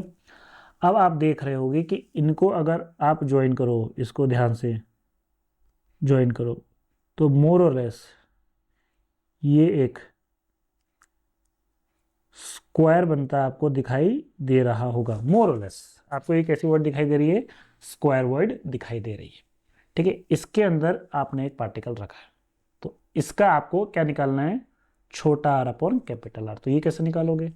तो वही करो, सेंटर टू सेंटर। ये तो खैर बहुत ही आसान है। इनको जब आप जोड़ोगे तो एक परफेक्ट आपको स्क्वायर बनता हुआ दिखाई देगा। ठीक है, ये हो गया। अब आप ये बताइए कि इस स्क्वायर के अंदर, इसी को मैं कर रहा हूं जूम, देखिए ये आपने जो सेंटर टू सेंटर जोड़ा था वो एक बड़ा साइज का पार्टिकल था, ये था। अब ये इसके बीच में, एग्जैक्टली इसके बीच में ये एक पार्टिकल है आपका। अरे यार, ये एक पार्टिकल है आपका, वो हो जाता है थोड़ा थोड़ा है ना गड़बड़, कोई दिक्कत नहीं। तो मुझे ये बताओ बेटा, ये लेंथ कितनी होगी? ये लेंथ बता दो बस कितनी होगी। थोड़ा सा अगेन है ना, हाथ हिल रहा है। ये लेंथ कितनी होगी? तो ये लेंथ निकालना चाह रहा हूँ मैं आपसे, तो ये लेंथ आप बता ही दोगे कितनी होगी। तो बेटा ये लेंथ कितनी है? ये वाली लेंथ, ये लेंथ कितनी है बोलिए? अरे बोलो। 2r। ये लेंथ भी कितनी है? 2r। तो आप ये ट्रायंगल को अगर ध्यान से देखो बेटा, ये वाले ट्रायंगल को, ये वाले ट्रायंगल को, ये वाले ट्रायंगल, ये लेंथ, तो बताइए ये लेंथ कितनी, तो ये तो 2r है ना, ऑलरेडी हम लिख चुके हैं। ये लेंथ भी कितनी, 2r, और ये लेंथ कितनी, तो ध्यान देना ये लेंथ कितनी, r, फिर ठीक है यहाँ से ये लेंथ ये भी कितनी, r, और इस वॉइड के अंदर मैक्सिमम साइज का जो पार्टिकल रख सकते हो वो कितना रख सकते हो, उन दोनों के सेंटर से टच होता हुआ।